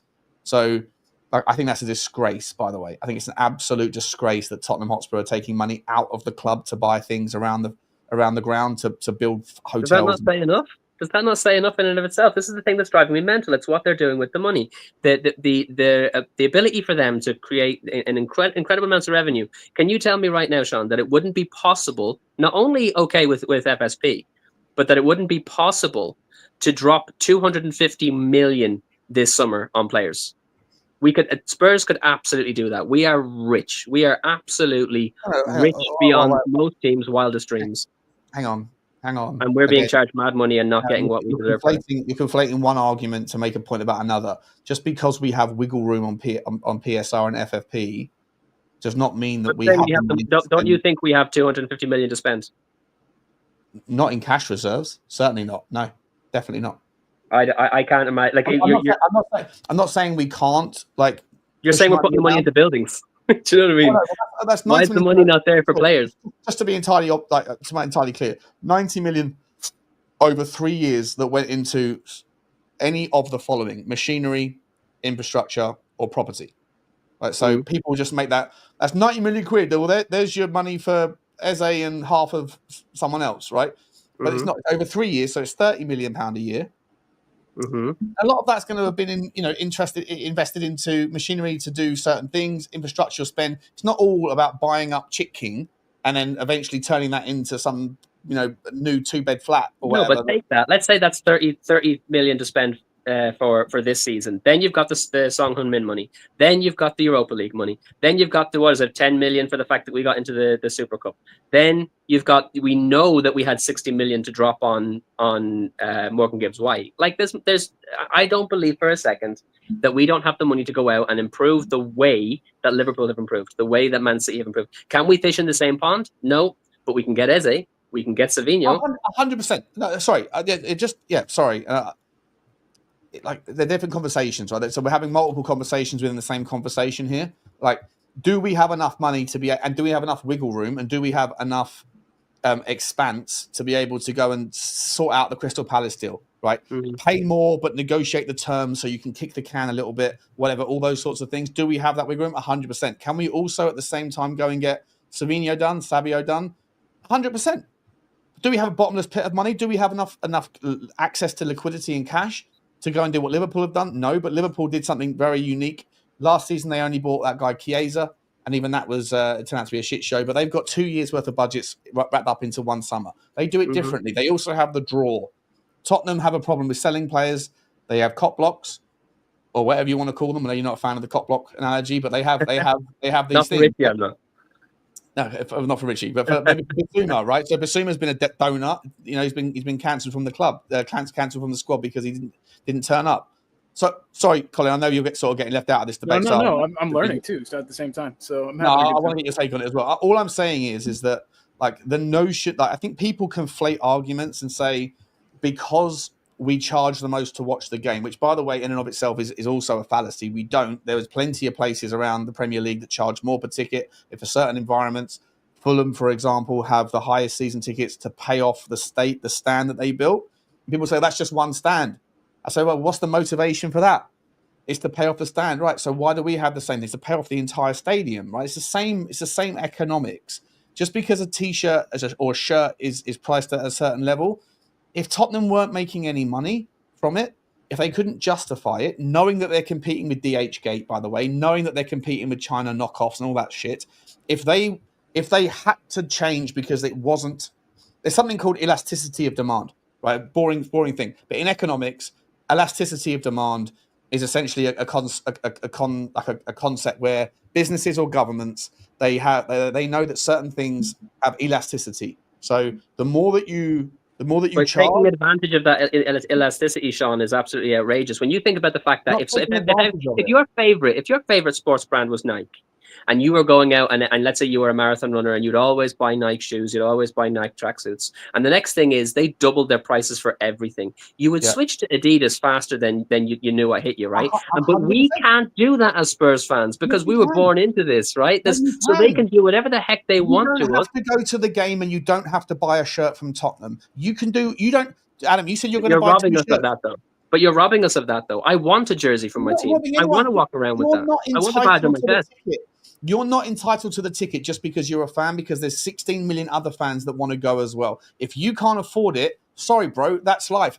When I get on a plane and I'm flying to Thailand or to Dubai or whatever, or Australia when I used to go for work. Indiana. But you're thinking purely like a capitalist, and I'm like, I'm anything but a socialist. But the idea that because you're in that situation where you're able to charge that money, should only the rich be able to actually? Like, you got to the point where what have we got? It's something like 56,000 people can fit in our stadium, right? If there were 56,000 billionaires that were willing to go and pay the money to go to see Tottenham week in, week out, nobody people like ourselves, common folk, would be able to go to a match anymore. And I don't think it's okay for a businessman to come in, buy a club, and be like, well, it's a business now. So the people who've been who've been born into this, who've been like generational Spurs fans, can no longer attend a game. What's the solution then? So should the government? That's a much bigger question. You were literally getting into like politics, right? I know you have to go, but like for example, the Premier League have put a £30 cap on away tickets. Evening, Lubo, good to see you. Right? If you want businessmen to sit there and think it's unfair on the person that doesn't have the money to go to the game, but somebody else that does. And this notion, by the way, that rich people are lesser fans than poor people, it's a load of bollocks, right? There's one of my best mates in the Tottenham space, a guy called Danny Hall. I absolutely love this guy. He's one of us, right? He's sort of the earth type of geezer, right? He's a lovely fella. He's made a fortune through his businesses that he's made. He's part of the Tunnel Club. Absolutely had it off in his life. Multi-millionaire. He goes to every game, every home and away game. If you met him in the pub, you wouldn't know whether he was, struggling to buy a loaf of bread. But reality is he probably drives a Bentley. Like the notion that your economic situation determines your level of passion for the football club is insane. And if you expect businessmen to sit there and say, well, the fan base have put pressure on me to be able to go and buy a Savinho, go and buy an Eze, go and do whatever else. But in order to placate fans that are never happy anyway, we can only cap our price at £70, just for example. And by the way, £70 is still too expensive for a lot of people. £50 is still too expensive for a lot of people. £30 is still too expensive for a lot of people. At some point, you're going to say, like, if in order for us to function, we have to charge a price.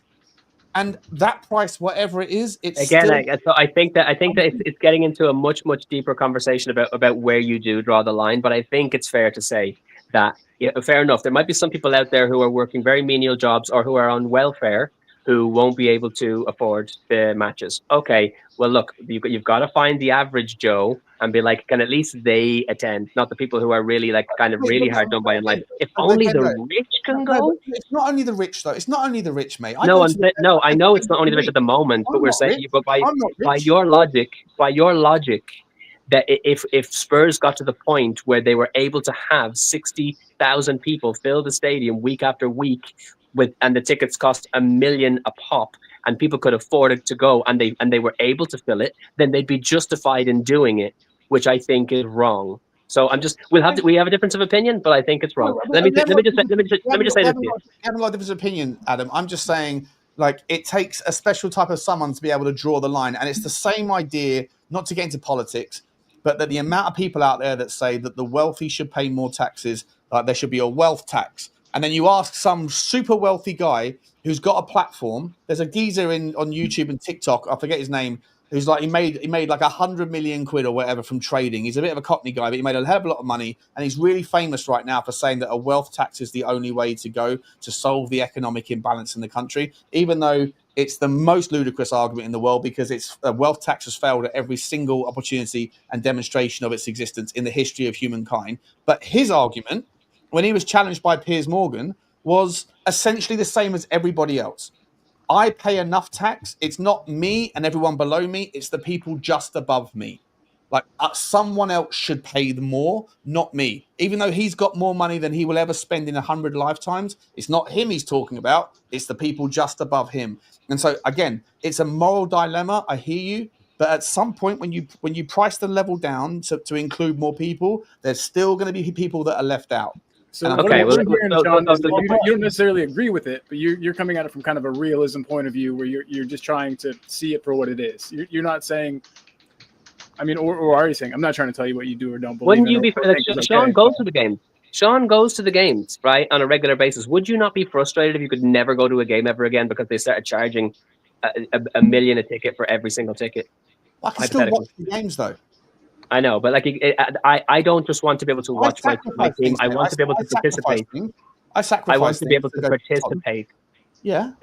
So here's my thing. All I'm saying is, for these last 3 years, I've been on your side when it comes to the Levy debate. All I'm saying is that if it gets to if this summer, we know we have the funds to be able to go out and buy an Eze and a Savinho, but if for some reason we know that those deals didn't collapse because it was beyond Levy's control, if those deals collapsed because he wasn't willing to spend the extra few million to get them, and then we end up with an El Canoes from Leicester and let's say Van Hecke from Brighton, if we end up with those two players, then I'm firmly jumping on the Levy out train, and if it's because we didn't spring for because he was penny pinching, and that's the only thing. However, I will be on the Levy side of the aisle should that happen, but I will never be like this man here, Lubo. We've never spoken before, but I'm just going to point out that the idea, and I hope you don't mind me saying this, the idea that if we did buy Eze and Savinho, it still wouldn't make up for the last 10 years of Levy. I'm sorry, man. That's the most insane take I've ever heard in my life, and I hope you can try and justify that for me. But I got to head off, and it was appreciate you, good to Adam. see you Appreciate guys. you, mate. Great to see you, buddy. Mate, absolute legend. Come on again, mate. The link's always there. Come on, buddy. Before I bring you in, Lubo, great to see you, bud. Great to see you as well. Colin, sorry, mate. It's been a Shawnee Adam sort of chinwag there for about 25 minutes, maybe longer. Mate, what's your overall take? And Lubo, welcome to the show, mate. Where do you stand on it? I know you're an overseas fan, Colin, so you don't get much access anyway. Does the kind of ticket price debate bore you, or do you have a take on it? What's the sort of vibe? Well, unfortunately, the only time I ever am there, I'm already kind of spending a lot of money. And so I think that attending a match is going to cost me a lot of money, and then it does, and then I'm not surprised. But I could see it being a big problem for people that live there, you know, especially because the area itself is a very wealthy area, to say the least. No offense, because I don't live in a wealthy area either here.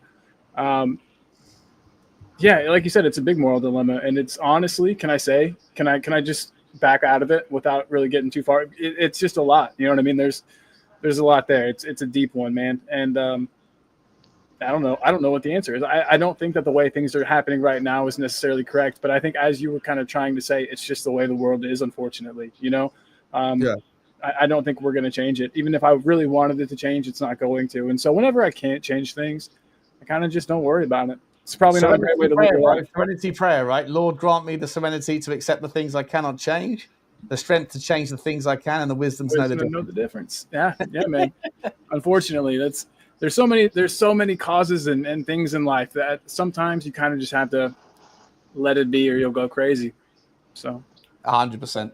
Lubo, I know you. Listen, mate, I saw you calling me, but I was on the stream. I didn't know if you knew, and then obviously now you're here. That was come on, yeah. Great. That was literally just so you would look at your phone, and your phone would be there when I just bleeped you through, just to say, can you send the link? But I did find the link in the nice. Whatever it's called now. If you want me to send it to you via, if you want to come onto your computer, I'll be honest with you. I'm literally on for a few minutes. I've got to be up at 3. We've got a 6 o'clock flight tomorrow morning. So of course, fuck yeah, you're going to Udine. You're Udine, or how? What is it? Udine or Udine? How do you say it? I think it's Udine, as in Udinese. So yeah. Okay, cool. So I just wanted to point out. I'm excited. Always enjoy these European trips. Yeah. Always. I'm jealous. Listen, on that. I've given my prediction. I think we're going to get battered, but there's always that 1% that you think, just maybe. And if it happens, I want to be there. I decided not to go to City last season, and I missed a 4-0. But I did. But do you think that even if Tottenham have had a stellar window, even if say Eze and Savinho were done last week, do you think any of the Paris team would have not got into the combined 11? Well, I don't know what their keeper's like, and I like Vicario because Donnarumma's not playing tomorrow. So, if it's Chevalier's quality, if it's the other guy, I'm not sure. Let me see his name again. It's I can't think. I think Sean, it would have been if Savinho and Eze were playing. Then I don't for 1 minute think we'd have beaten them, but I think the score would be it'd be a narrower defeat. I think we'd have been better off. I think maybe we'd have lost 3-1 instead of 5-1, possibly. All right. So if we do get beaten 4-0 tomorrow night, there's going to be a Levy out meltdown, right? I said. Can I ask you a question? I wanted to ask this last night, but I was like half cut, and I was obviously a donut, and I've already apologised to you guys in the chat. I apologise to you. I was a terrible host. The question I wanted to ask you, though, I know how passionate you are about Tottenham. I know you travel more than anyone else, or most, right, to go to everywhere you can. So I'm not doubting your love of Tottenham in any way, shape, or form. Do you feel, though, that having the stance that you do regarding Daniel Levy, where when things are good, it makes the Levy out movement look like it's going to struggle in the short term, versus when things are bad, it adds sort of gravitas to it? Do you find yourself in a situation where sometimes you're rooting for things that are not in the best interest of Tottenham so that your movement gets more legitimacy? Shit. I'm not after legitimacy, to be honest with you. I just had my opinion. If people listen to me, they listen to me. I don't insist that anybody listens to me. I have an opinion. I'm very lucky. I have a platform to voice those opinions. What do I think? If I thought Levy, if we're talking about just use Bilbao as an example, Sean. Yeah, sure. I think I gave the comparison yesterday where the Qatari owners have somebody, I think, below them who understands football, who brought Luis Enrique in, who's a good manager, who had a plan, they had a strategy, and he's carried it through absolutely brilliantly. So there's no luck involved there. You know, you can't turn around and say PSG didn't deserve it or PSG got lucky or whatever. And my comparison with what the Qataris did with PSG and what ENIC have done with Tottenham, I think are very different, because Levy brought in Mun, who was so poor that Levy sacked him 2 years later, which again shows Levy's choice to be suspect. Mun brought Ange in, and Levy got rid of Ange quite rightly, because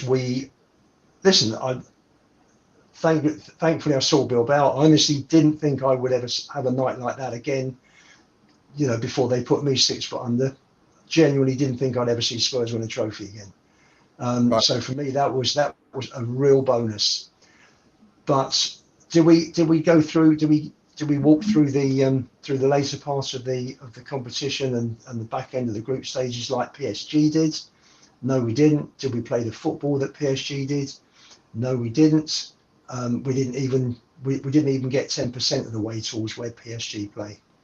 And I know it's a high bar, and I'm not expecting us to get close. Certainly not with the players we've got. And we had the most horrendous league season. I think the players ultimately, if you believe what was said in the press and just seeing what Maddison and Sonny were saying on the bench at Alkmaar in March, with that horrendous performance, you know, this never changes. It's the same usual shit. The report that the players turned around to Ange and said, you've got to change this, you've got to compromise, I think is probably pretty close to the truth, because Ange did, completely out of character. He ripped up his principles of a lifetime to change the way Spurs play to win that trophy. Right. So to me, Levy got lucky. If you're still with me on this one. Yeah. I'm whereas the Qataris. I'm not with you, but I'm still listening. No. Whereas the Qataris planned. They had a strategy, and it was a brilliant strategy, and it worked superbly. So that Luis Enrique is seen as a great tactician, as a great coach. Whereas Ange has he's won our trophy. Bless you, Sean. He's won the trophy and he's been sacked because his performance was nowhere near Luis Enrique's. And Luis Enrique had an interview with Levy, and the reports that came out that I read was that he failed the interview. Levy wasn't impressed. And I just look at that and you just put your head in the hands when you see what a manager Luis Enrique is, and you think, well, what do we expect? Levy doesn't know anything about football. Should it not have been somebody who knows about football that had the interview with him?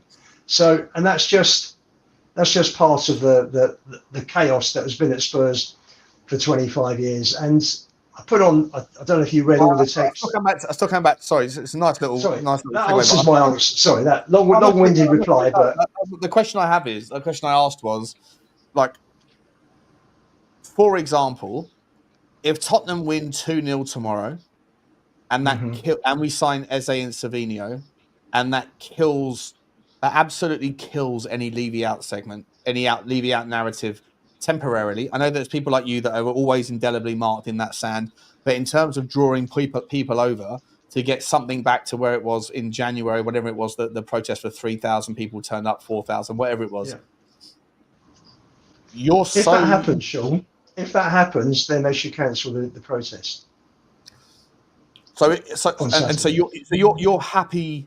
You would rather Tottenham in every event. You'd rather Tottenham do things that basically disqualify any reason for a protest. I want, if I see that the club are having a go, and that's all I've ever asked. Have a go, do your best. Oh, but If but the club, they might be having a go with Savinho right now, but ultimately Man Yes. City might be wasting our time. But are we showing ambition by having those conversations? we are Or does showing that only ambition. count No, does that's ambition only count if we actually get the signing done? well. There's two ways of looking at it. If you've got someone selling for you, and they're after, you're paying the guy to get results, then I suppose at the end of the day, the guy can show ambition by going to a top company, but if he doesn't get it over the line, then all that works for nothing. But yes, if you're saying to me, this is the sort of player that Spurs used to go after. I don't know if you read my text today. I mean, I come from a position, Sean, where I was a fan for 35 years before ENIC joined. In those 35 years, well, but between, if I go back to the double season 4 years before I started being a fan, between the double season and Levy coming in, we've got 13 out of 39, and since then it's dropped off a cliff. But more to the point, because you never guarantee trophies, more to the point is that I followed Spurs, and they were buying top players. They went right the way through for 40 years buying top players. I made a list of about, I don't know if you saw the list, Sean. I think I missed out Lineker. That was the only one I missed. Yeah. And we broke the transfer record for Jimmy Greaves in 61. We broke the transfer record for Martin Peters, was it 69, 70? We then broke the transfer record for Gaza, late 80s. So, we were there. We were one of the big five clubs right up, and Sugar led the five clubs in negotiations with the FA and Sky, which ultimately finished up with the Premier League. The Football League, and it ended up being the Premier League broke away, and Sugar helped negotiate the Sky deal, which obviously benefited him massively with the Sky dishes. But Spurs are a big club, and we're not looked in those five now. Where Kolo Muani, who isn't he's not an Mbappe, is he? He's not a Ronaldo. He's not a he's not a Lewandowski or a Kane. He's well below those levels. He turned his nose up at us, because we're not in that level. We're not in that level now. We don't have that standing anymore. So just coming back, yes, I'm really pleased that we're looking at a Savinho and we're looking at an Eze, and these are the players that we should have been looking at literally from day one that Joe Lewis and Daniel Levy bought the club. So if we have a win, we're nothing like those. We're nothing like that. This is where it gets madness. Like I mean, we're a big club, Sean. We are a big club. We're not the biggest. No, we're not. We're not. And a lot of clubs have overtaken us in those 25 Manchester years. City and Chelsea have done via these other methods that, as I say, mate, like, whenever I talk about these things, you sit there and say, I don't care about those clubs. But the reason why you don't want to talk about those things is because they're the realities of the situation. But those guys have come along and they've disrupted the game entirely. And the reason why you don't care is because if you do want to engage in those conversations, it's very difficult to sit there and maintain this, that Daniel Levy is a pariah and a cancer and a parasite and all of the horrible things that have been spoken about him when that's just not true. I think the relevant question here about ENIC's tenure as owners, and I think our friend who's just left touched on it slightly before, was for me over the 25 years, have ENIC pushed themselves? Have they spent the money they could have spent having a go? I think that's the question, Sean. Not City and Chelsea coming. In the last 5 years, they certainly have. Before that, we had a 36,000 seater stadium competing with Manchester United, who have got a 75,000. But look at things like the wages that we pay versus clubs around us, clubs that are arguably smaller clubs, things like that. Like, do you think that we're arguably, or even not arguably, we're playing it safe in a lot of instances for the sake of stability and profits, I would say, and money making for the board and the people up top. But is that justified? Like, I mean, I think, look, for me, I think that there's a double-edged sword again. Like, if I was to be meeting in the middle here with people that were open-minded to certain narratives and just having a conversation where no one's like stance was clear, I would say, of course, that we could have spent more money and probably attracted a slightly higher caliber than we already have over the years if Daniel Levy wasn't so sort of spendthrift with the wages. 100% I'm willing to concede that point. At the same time, I think that there's so much more to it than just this narrative that because the teams that spend most on salaries are also the teams that win trophies, therefore that's the argument, that's the gap, that's it, cut and shut, finish it. It's so much more to it than that. There's about the players that you can actually get. And if you end up buying players like Manchester United have done, like Manchester United's decline has been insane. It's been insane. They still live off and breathe off of Alex Ferguson's era, where they can still attract these players. But in the last 5-10 years, they have bought some absolute shockers. And it's because they have this monster brand and this monster revenue generating. They can absorb the losses. They can just carry on doing it. They can carry on making mistakes and doing it. But I don't believe that, like, two things can't be true at the same time. Sir Jim Ratcliffe can't be claiming that they had to shut the lights off in November, or they were close to, and also spend 200 million quid on 3 players when they haven't fixed the rest of their shit. Fully agree. So, to me, I think that there's some investment or something that's going on in the background that that's not known yet. Maybe the same as at Tottenham Hotspur. But in any event, I'm just saying that if we're only ever going to compare up, and it's fair, it's fine to only compare up because that's where we want to be. But Tottenham, when Daniel Levy took over, there was a lot of teams that were up. Now there's only 4 or 5. And those teams, for the most part, have either always been bigger than us or have been Johnny-come-latelys because of circumstances that were very fortuitous to them in regards to the rules, regards to the access to ownership. If the notion essentially is the only owner that you want is someone that has a disregard for money, that's fine. That's absolutely fine if that's how you feel. But just be clear and concise with that you want a sugar daddy who's got a disregard of the value of money and that you don't respect people that do business the organic way. If that's how you feel, it's fine to feel that way, but just be clear with it, because I don't think that this notion that we should be looking at what Man City do or Chelsea have done and saying that therefore we should be doing the same. I don't think it's a fair comparison. Would Arsenal be a more fair comparison? Sorry to cut you off. I'm a big jerk for that. My bad though. But would Arsenal be a more fair comparison than? I mean, I would say it's fairer. It's fairer than City and Newcastle. But at the same time, they were in they talk about phases in their football team. They're also in phases in their ownership. So they built their stadium in 2001, something like that. They had to wait 8 years before they won their first trophy. They paid that stadium off, but the last 200 million quid of debt was paid off via a loan from their owner. And that loan from their owner, and then everything that's come since, which is more loans at 0 or next to 0 interest rates, for what it's worth, which is a never spoken about narrative. Those things were part of the rationale as to why Manchester City got off their accusations of related party transactions. So Manchester City were not allowed to have these sponsorship deals with the businesses that are in the Abu Dhabi group or whatever else, right? So rather than the Premier League saying, actually, yeah, that's not okay, and then Man City saying, well, hang about, how is it that the Cronkies are allowed to give Arsenal 0-rated loans or next to 0-rated loans? That's also anti-competitive. Rather than the Premier League saying, you're right, that's not okay either, they went, actually, you're right, because that's okay, so should what you're doing be okay. Which is, again, just absolute incompetence from the lawmakers, which is where my stance has always been, always will be, is that until you get a level of competence in the lawmaking, then you are always doomed as someone that wants to do it organically.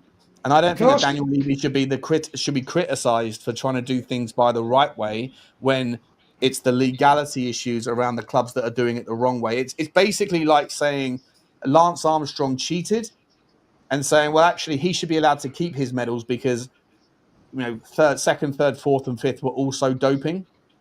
So because they were all doping, let's allow him to keep his medals. That's essentially the argument here. Doping is wrong. No, it's not. Doping is completely wrong. Everybody knows that. That's what's happening. That's what's happening. Let me ask you a question, Sean. Abramovich lost because of what happened with Russia and Boris Johnson. He lost the £1.5 billion that he had loaned Chelsea to fund them with all the extra transfers and the payoffs to managers, etc., over 20 years, which works out about, what is it, 75 million a year, I think. 150 Whatever. million in two, 1.2, 1.5, So it wasn't was just then- the one. It wasn't just the there was the only thing people only talk about the $1.5 billion that was a write off because of the Chelsea the Russia war, but there was like they did so much other there's so many other things. There was the PA, right? The woman, I forget her name, like Salaham something Vich, whatever her name was, right? That was getting paid off the books being bought property in order to keep her money and her dealings off on some third party account. There was far more than just the $1.5 billion. But carry on with the point. I know. There's stuff like that going on with our governments, isn't there? Corruption is everywhere. Corruption is everywhere. That's right. We've just seen a minister resign because of being a landlord. Getting tenants out to raise, which breaks the law that she's just made. But what I'm saying is that you're doing it the right way when everybody else is breaking the rules. You're essentially saying that the reason why I hate Daniel Levy is because he's not a corrupt fucking CEO. No, not at all. I don't like the way Levy operates because I don't believe he gives 100% to this football club relative to other people. So Sean. No. I forget other people. Not interested in other people. You have to be, because that's where the gap. No, because I'm not saying that he should break the rules, Sean. I'm saying that within the rules, within the laws, we do not spend the money that we could spend. And I think you've just admitted that. That's fair comment. I don't think that anybody can argue that. So to me, this is the majority of teams that win the trophies are the richest clubs. They've got the most money. They pay they pay the biggest transfer fees for the best players and pay them the highest wages. And this doesn't always work. There are anomalies like Wigan, like Portsmouth, like Swansea, like like Palace. But by and large, the majority of teams come from that win the cups as well, come from the top 4 teams in each league. So for me, he doesn't give it his best shot, and that's been my biggest problem with Levy. And it's stuff like, and let's split footballing decisions and non-footballing decisions as a chairman. So I call him Mr. 50. I'm now going to call him Mr. 50% because he's brilliant on the non-footballing side and he makes a lot of money, which ultimately I think basically has benefited ENIC, or will do when they sell. I know it's on paper now, but the value of the club's gone from 76 million to whatever they get between 3 and 4. So that will benefit ENIC.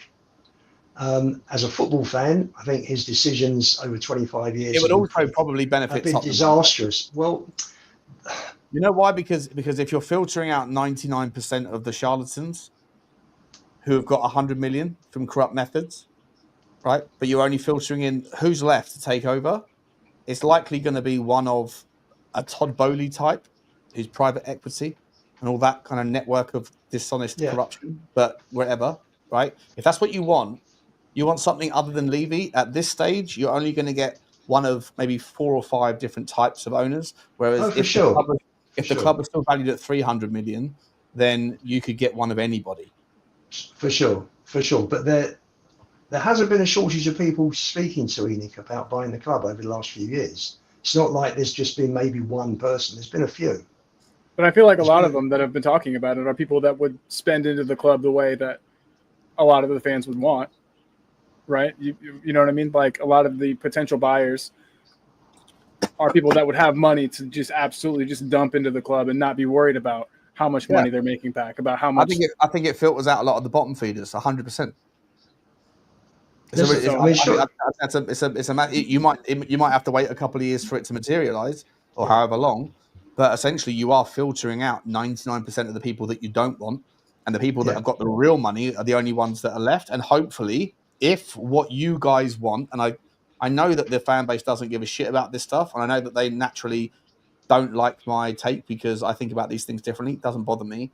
But like, if what you want is something that's going to emulate the ambition that is shown by Manchester City or Chelsea types, then that's what's going to happen when you finally get the sale. You're going to get someone in that has a different relationship with money.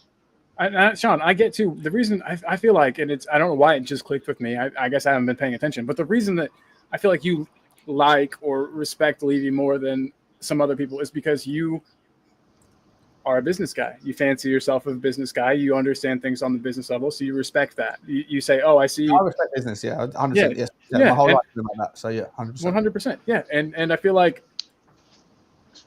you've got a lot more respect and a lot more time for that than you do these government funded and government backed, people that are just buying, the Man Cities of the world. Cool. I don't know why that just clicked in my head. I have respect for it. A different kind of respect. It's just like it's organic versus it's like I don't know if you type in you want a dentist, right? You want a dentist in your hometown on Google, right? The guys that are the paid advertisers at the top, spots 1, 2, and 3, they are paying Google for that visibility. The guy that ranks in the map section and the guy that ranks number 1 in the SEO space, they've spent time and effort in demonstrating to Google, which is apparently the trusted source, that they are the very best at what it is that you're searching for. For you to see that person there, right, in that organic spot, which is halfway down the page, by the way, but yet it still gets 12, 15 times more clicks than the guy who's just paid for it, because everybody deep down, whether they understand how advertising works or not, everybody knows on some level that the guy that's buying the spot, they just have money.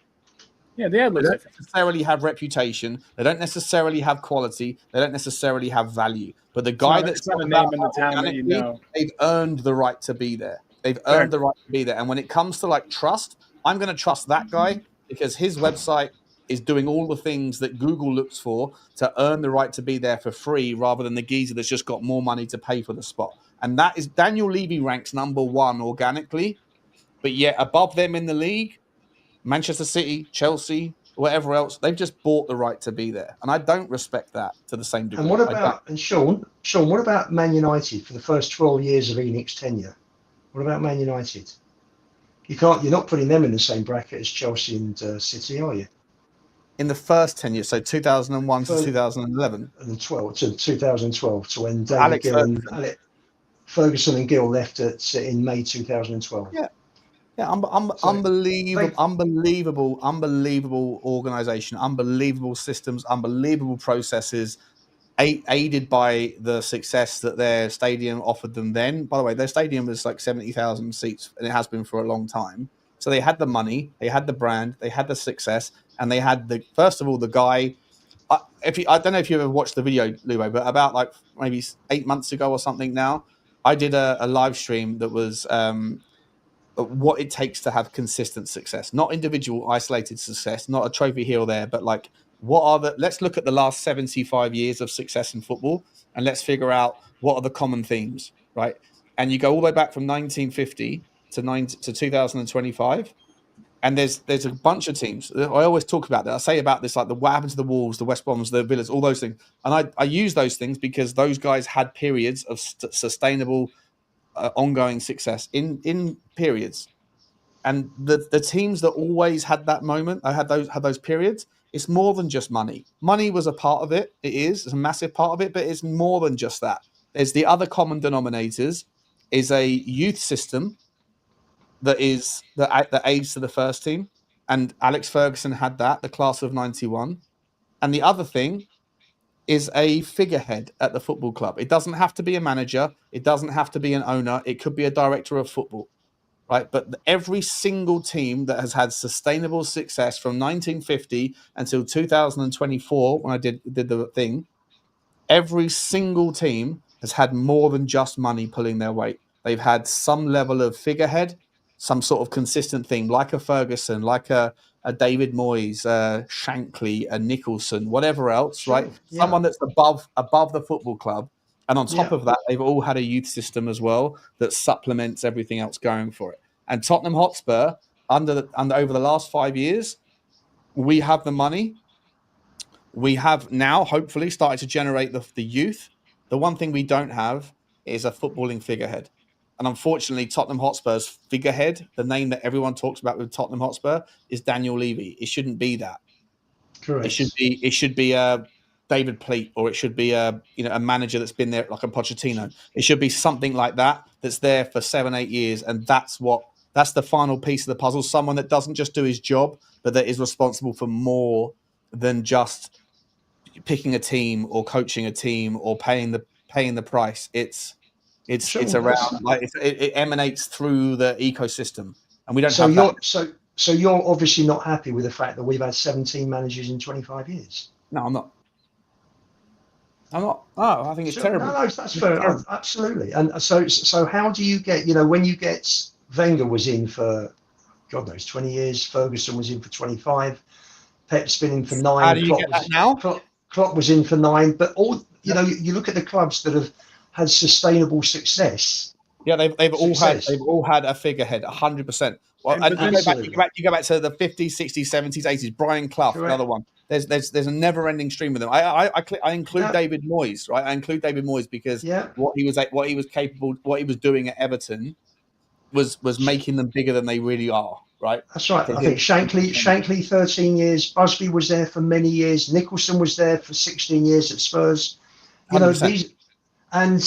problem is, Lubo, is that the game has moved now to the point where it's not just football, it's life. Instant gratification. Everybody wants Amazon delivery. Everybody wants a takeaway. Everybody gets pissed off when they have to wait for the next episode of a series that's on Netflix. Whereas in reality, like 15 years ago when we were I'm not sure how old you are, Con. I think you're younger than me. But when I was growing up, like you'd get one new episode of The Simpsons on a Sunday night at 6:30, and then you had to wait a week until the next episode.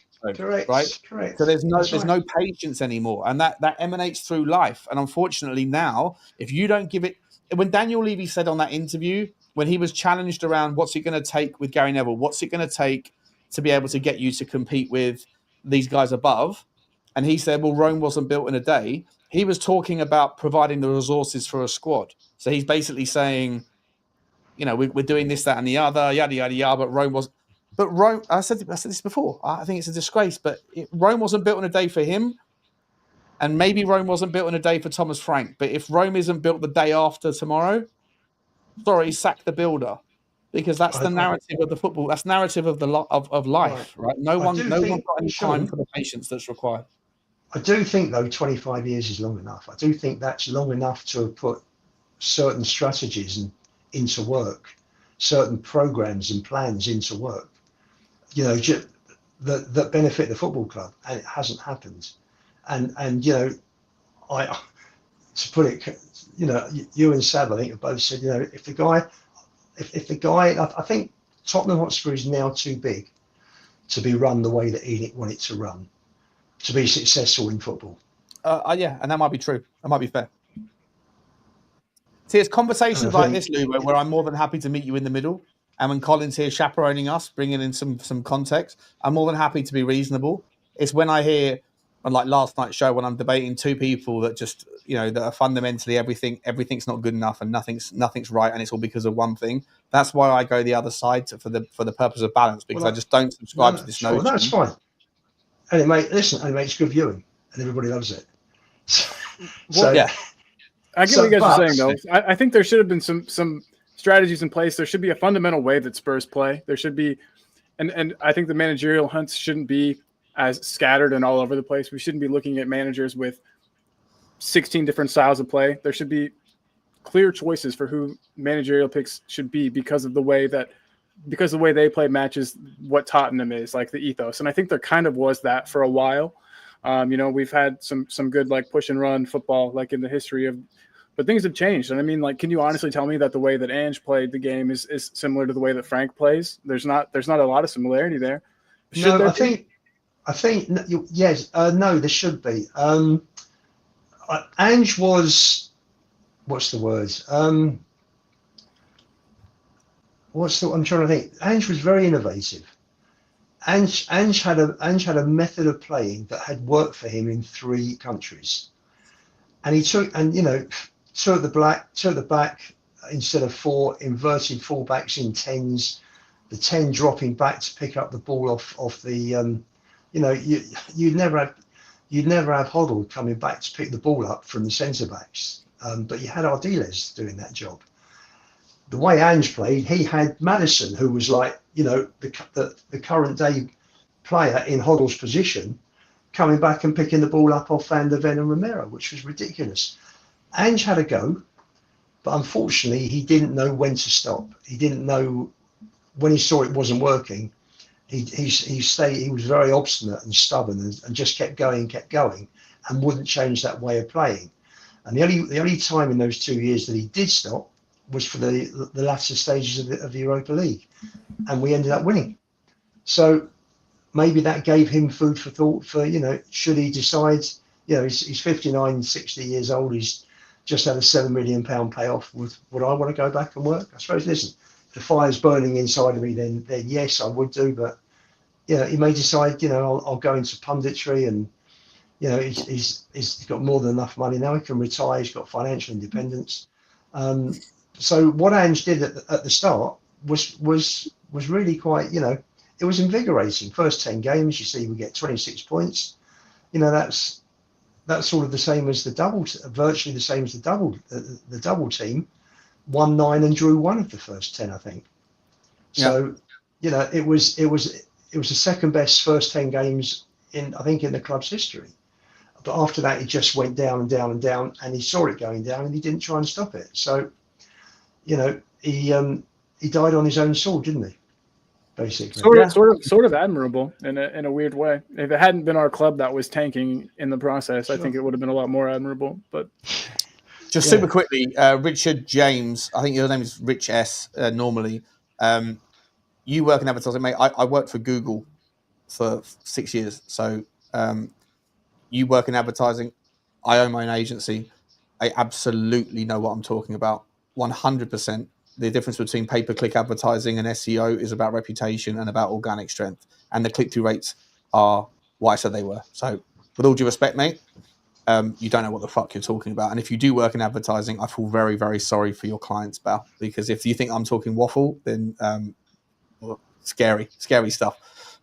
Anyway, lads, we're going for 2 hours. I just wanted to sort of last final question for you. And then, by the way, guys, I'm going to redirect you over to Sava, who's live now. So I'm going to send you over there in a couple of minutes. Last question, guys, for you. Eze, Savinho, game tomorrow night. Are the outcomes positive for any of those 3 topics? Colin, what's your stance, my man? Well, I'm forever the optimist, and maybe that's why, maybe that answers some questions about my life and the way I am. But, yeah, I mean, look, I think there's money there. And I think that it being a World Cup year, I think that transfers are going to be – I think that there's still transfers that are going to happen, with this transfer window, even though it's approaching its close. I do think that, I think it's likely that at least one of those 2 will come off. And in a perfect world, with a little bit of luck, I think we could get both. I think the money's there for them both to happen. Obviously, things have to line up and things have to go right in the succession for them to actually come off. But I think it could. And for my own well-being right now, I'm choosing to believe that we're going to get them both, man. Nice. It's definitely not outside the realm of possibility. And why not? Right? Good things should happen to us. Good things should happen to us too. So no, I'm choosing to believe it. Now for the match, again, it's a one-off match, right? Scrappy goal, and then defend like hell. I'll take it. We don't have to win pretty for me to be happy. And I'll take the flukiest of fluke results, to get this over the line. I'm going optimistic, man. I'm going to say we get both players in. Not in any way. You can come again, bro. We work in the realms of glass half full over here. You have to, man. Yep. So both players in, and then I think I'll say we make it to pens and lose in the match. Lose on pens. Love that. And just quickly before I come to Lubo for the last question, the same questions. If we get 1 or 2 of those players in before Saturday, regardless of what happens tomorrow night, should the protest go ahead? No, save the protesting for when it's really, really necessary and when it'll have the most impact. And I'm not telling people that they don't have a right to be upset, but I just think a protest is a tool best used like wisely. And I think that there's better times and more pressing times, I think, to use the protest. But again, it affects other people more than me. If you want to go protest. I would personally just shelf it and save it for when it's more suitable.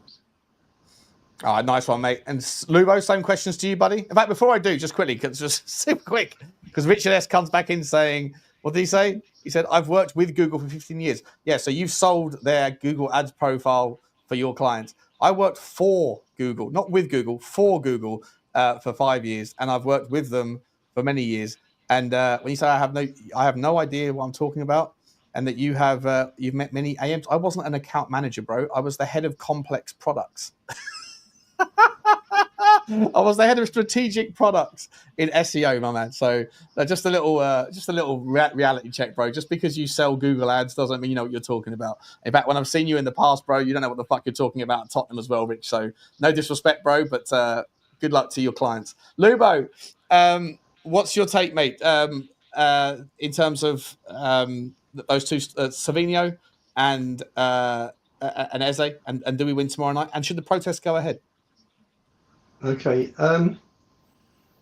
I've just been, when it's sort of, they say once bitten, twice shy. I think 20 times bitten. Watching the way Levy handles negotiations, so I'm not confident based on experience. I'd love to have your train of thought and be glass half full, but I've seen so many fall down because of Levy's not closing deals. Mane, Wijnaldum, Grealish, Hazard. Oh, there's so many, so many. I could go on all night. So no, I'm not confident for either. And if they fall through before the end of the week, again because we haven't gone the extra mile and closed a deal. If you want to close a deal, you close a deal. I sold fabric in a cut price market for probably the biggest wholesaler of Far Eastern tailored fabrics for 9.5 years, and we had to go out. We had tough competition, and we closed deals. We knew what was needed. We found out what prices customers needed to pay, and we went and closed deals. And Levy should be, unfortunately with him, every negotiation is a war that he has to win. And City and Palace are not the right people to go to war with. They're people that you go and negotiate with in a proper way, and you don't go in, for a war. And unfortunately, that is how he is. You're not going to change him at 62. So, do I think we'll get it if he pulls it through? If he pulls them off, full marks to him. Maybe he is changing. Maybe Vinay's influence will be growing. And I'll be absolutely delighted with that, because at the end of the day, if we win the Premier League and Levy's an icon, I'll be delighted, because I've seen my team win the league, and I've never seen them win the league in my lifetime. And before I pop my clogs, I'd love to see it once. So it wouldn't bother me. Levy could be an icon. I just want to see my team win the league. In terms of the protest, will negotiations be completed one way or another this week? I think if we, regardless of PSG, we're not going to beat PSG. And I don't think I think as long as we give a decent account of ourselves and we turn up, then for me that's good enough. Because sometimes you just got to put your hands up and say they have a better team. So the result for me isn't. There's going to be a meltdown. If we get there was a meltdown after Bayern Munich, Lubo. There was a meltdown after a friendly with Bayern Munich. If we get pumped the same way, you know what's going to happen, Lubo, and you'll be jumping on board that bandwagon. No, listen, I'll be there, Sean. I'll be there tomorrow. I'll be there tomorrow night. I'll be going through it. We've got a long journey to get going out there, but it's not easy to get to. It's not easy. Oh, it's horrible. It's horrible to get to. There's no direct airports. No, I don't think there are any trains that go in there. I think you've got to go by coach. No, you can get a train via Is it Venice? Venice, for example. Yeah, but right. There was a guy that jumped on my. I think his name was Alexander. I think a really lovely guy, a guy from Austria, who said, "Oh, Sean, if you fancy just getting a cheap Ryanair flight, I've got a ticket to the game, and I'll pick you up from the airport, and we'll go to the game together." So, absolute legend, and I hope I get to meet him again. But obviously I made plans now, so I couldn't make it. But that would be safer. One of the reasons I didn't want to go was because I didn't want to sit there on a train for 2.5 hours with PSG fans. You know, they're crazy. So I know, I don't blame you. Do I think they'll get them? Do I think they'll get the players? Well, PSG have said we'll lose 5-1. Savinho and Eze, I'd love to think we get them. It would change the whole outlook for the team and for the season. Yeah. Do I think we should be? Do I think there should be? I agree with the process. I agree that Enix should go and they should sell, and we sell to people who are interested in footballing success, and we'll go the extra mile. The one thing I'm terrified of what happens, Luvo, is if we sign Eze and then in like a third training session he pulls a hammy. Listen, it'd be so Spursy. Can't blame Manju's tactics anymore for the injuries if that happens. Sure, I agree with you. I should be saying this because I'll probably be there on Saturday, and I'm on a show with Billy T on Friday night. But I would have had the protest, but I would have had it after the transfer window. Yeah, you got to wait. I think you got to wait. But listen, I'll be there. I'll be there on Saturday with you, Lubo. I'll get you on the interview. We'll have to do a few interviews while we're there. Yeah, I'm going to get up to the game at like maybe 11:30, 12 o'clock, get myself settled in, and then bring out the old recording equipment, and I'll come and find you, and then we'll go and take it all in. Lads, listen, we've been going for 2 hours and 5 minutes. It was only supposed to be an hour show. Apologies to Sava. I said I'd redirect at the start. He's been going for 45 minutes. Guys, there's 700 people here. I've forgotten to ask the entire show. Please do smash your like button on the way out. Please smash the subscribe. Can you also please get over to Talk and Ball? His link will be in the description after the show. I've already posted it now, and the same with Lubo as well. I'll posted the Spurs 5. Appreciate both of you for coming on, and I appreciate Adam William, Cahill as well for coming on. Guys, lovely to have a little chinwag with you for the last 2 hours. I will send you over to Saba, and you might even see me over there, and maybe we can continue the conversation. But for now, Savinho, Eze, Daniel Levy, get it done. No excuses. And come on the Spurs for tomorrow. I'm going to say we are going to... I'm going to stick with my guns. I'm going to say we're going to win 1-0. I just got a feeling that Tottenham are going to sneak it. And I'm probably going to get muddied. I don't care. I'm never Sean, ever the Tottenham loss, ever. Sean, these are the bets. You know, when you see something maybe just going back years, you know, even like a Palace Man City, people that put money on Palace would have got good odds. Yeah. And you'll get great odds on 1-0 Spurs for tomorrow. 8-1 for the win. I reckon 1-0 Tottenham is going to be like 25-1 or something. 20-1. So must be something specific like that. So well worth the punts. Never bet against your team. Come on now. That's the rule one of life, right? Always back your boys. Guys, want to say a massive thank you to everyone that's been there. Thank you so much for the super chat. I've done all the sorry, I haven't done these. Sorry, guys. Sorry, just super quick. Destiny. Oh, we've done that one already, Destiny, haven't we? Sorry, mate. We've done that one already. We've got super chat, super sticker from Toma. Big up to you, Toma. 30 super sticker, 13 kroner, I think that is. Norway man. Thank you very much, Toma. I appreciate you, buddy. Very cool of you. We're picking you up in maybe where are you going to be? Maybe in some island somewhere in North Norway. I'll come and pick you up, mate. Thank you very much. Phil Coy as well with a super sticker as well. Jesus Christ, these are ages ago. Was that really? I've missed you guys for so long. That's wild. My apologies. Phil Harriman, last night with the 5 was fine, Sean. Healthy chat and all friends at the end. Don't change that. It's like being in the pub with mates. Yeah, it is. Listen, I've got no problem with the debate. I get a little bit bored about the Levy debate, and I think it's going to be a theme that's going to just be a part of every show, which I think Lubo and I and Stel have to, like, at some point shake hands with the idea that it can't be the dominant conversation. No. But me personally, I fully agree. My apologies for being a little bit. I was sloppy on the stream, which it's not okay. So that's why I'm saying sorry. Sorry, Lubo. What was that, mate? I don't think it will be, Sean. I think the season will get started, and football will take precedence over, and talking about players and tactics and results and what's going on in the Premier League and football generally. I think we'll take over from the Levy debate. There's just been so little to talk about this summer. Yeah, I hope you're right. I And I fear every time we lose, it's going to come back to that. I think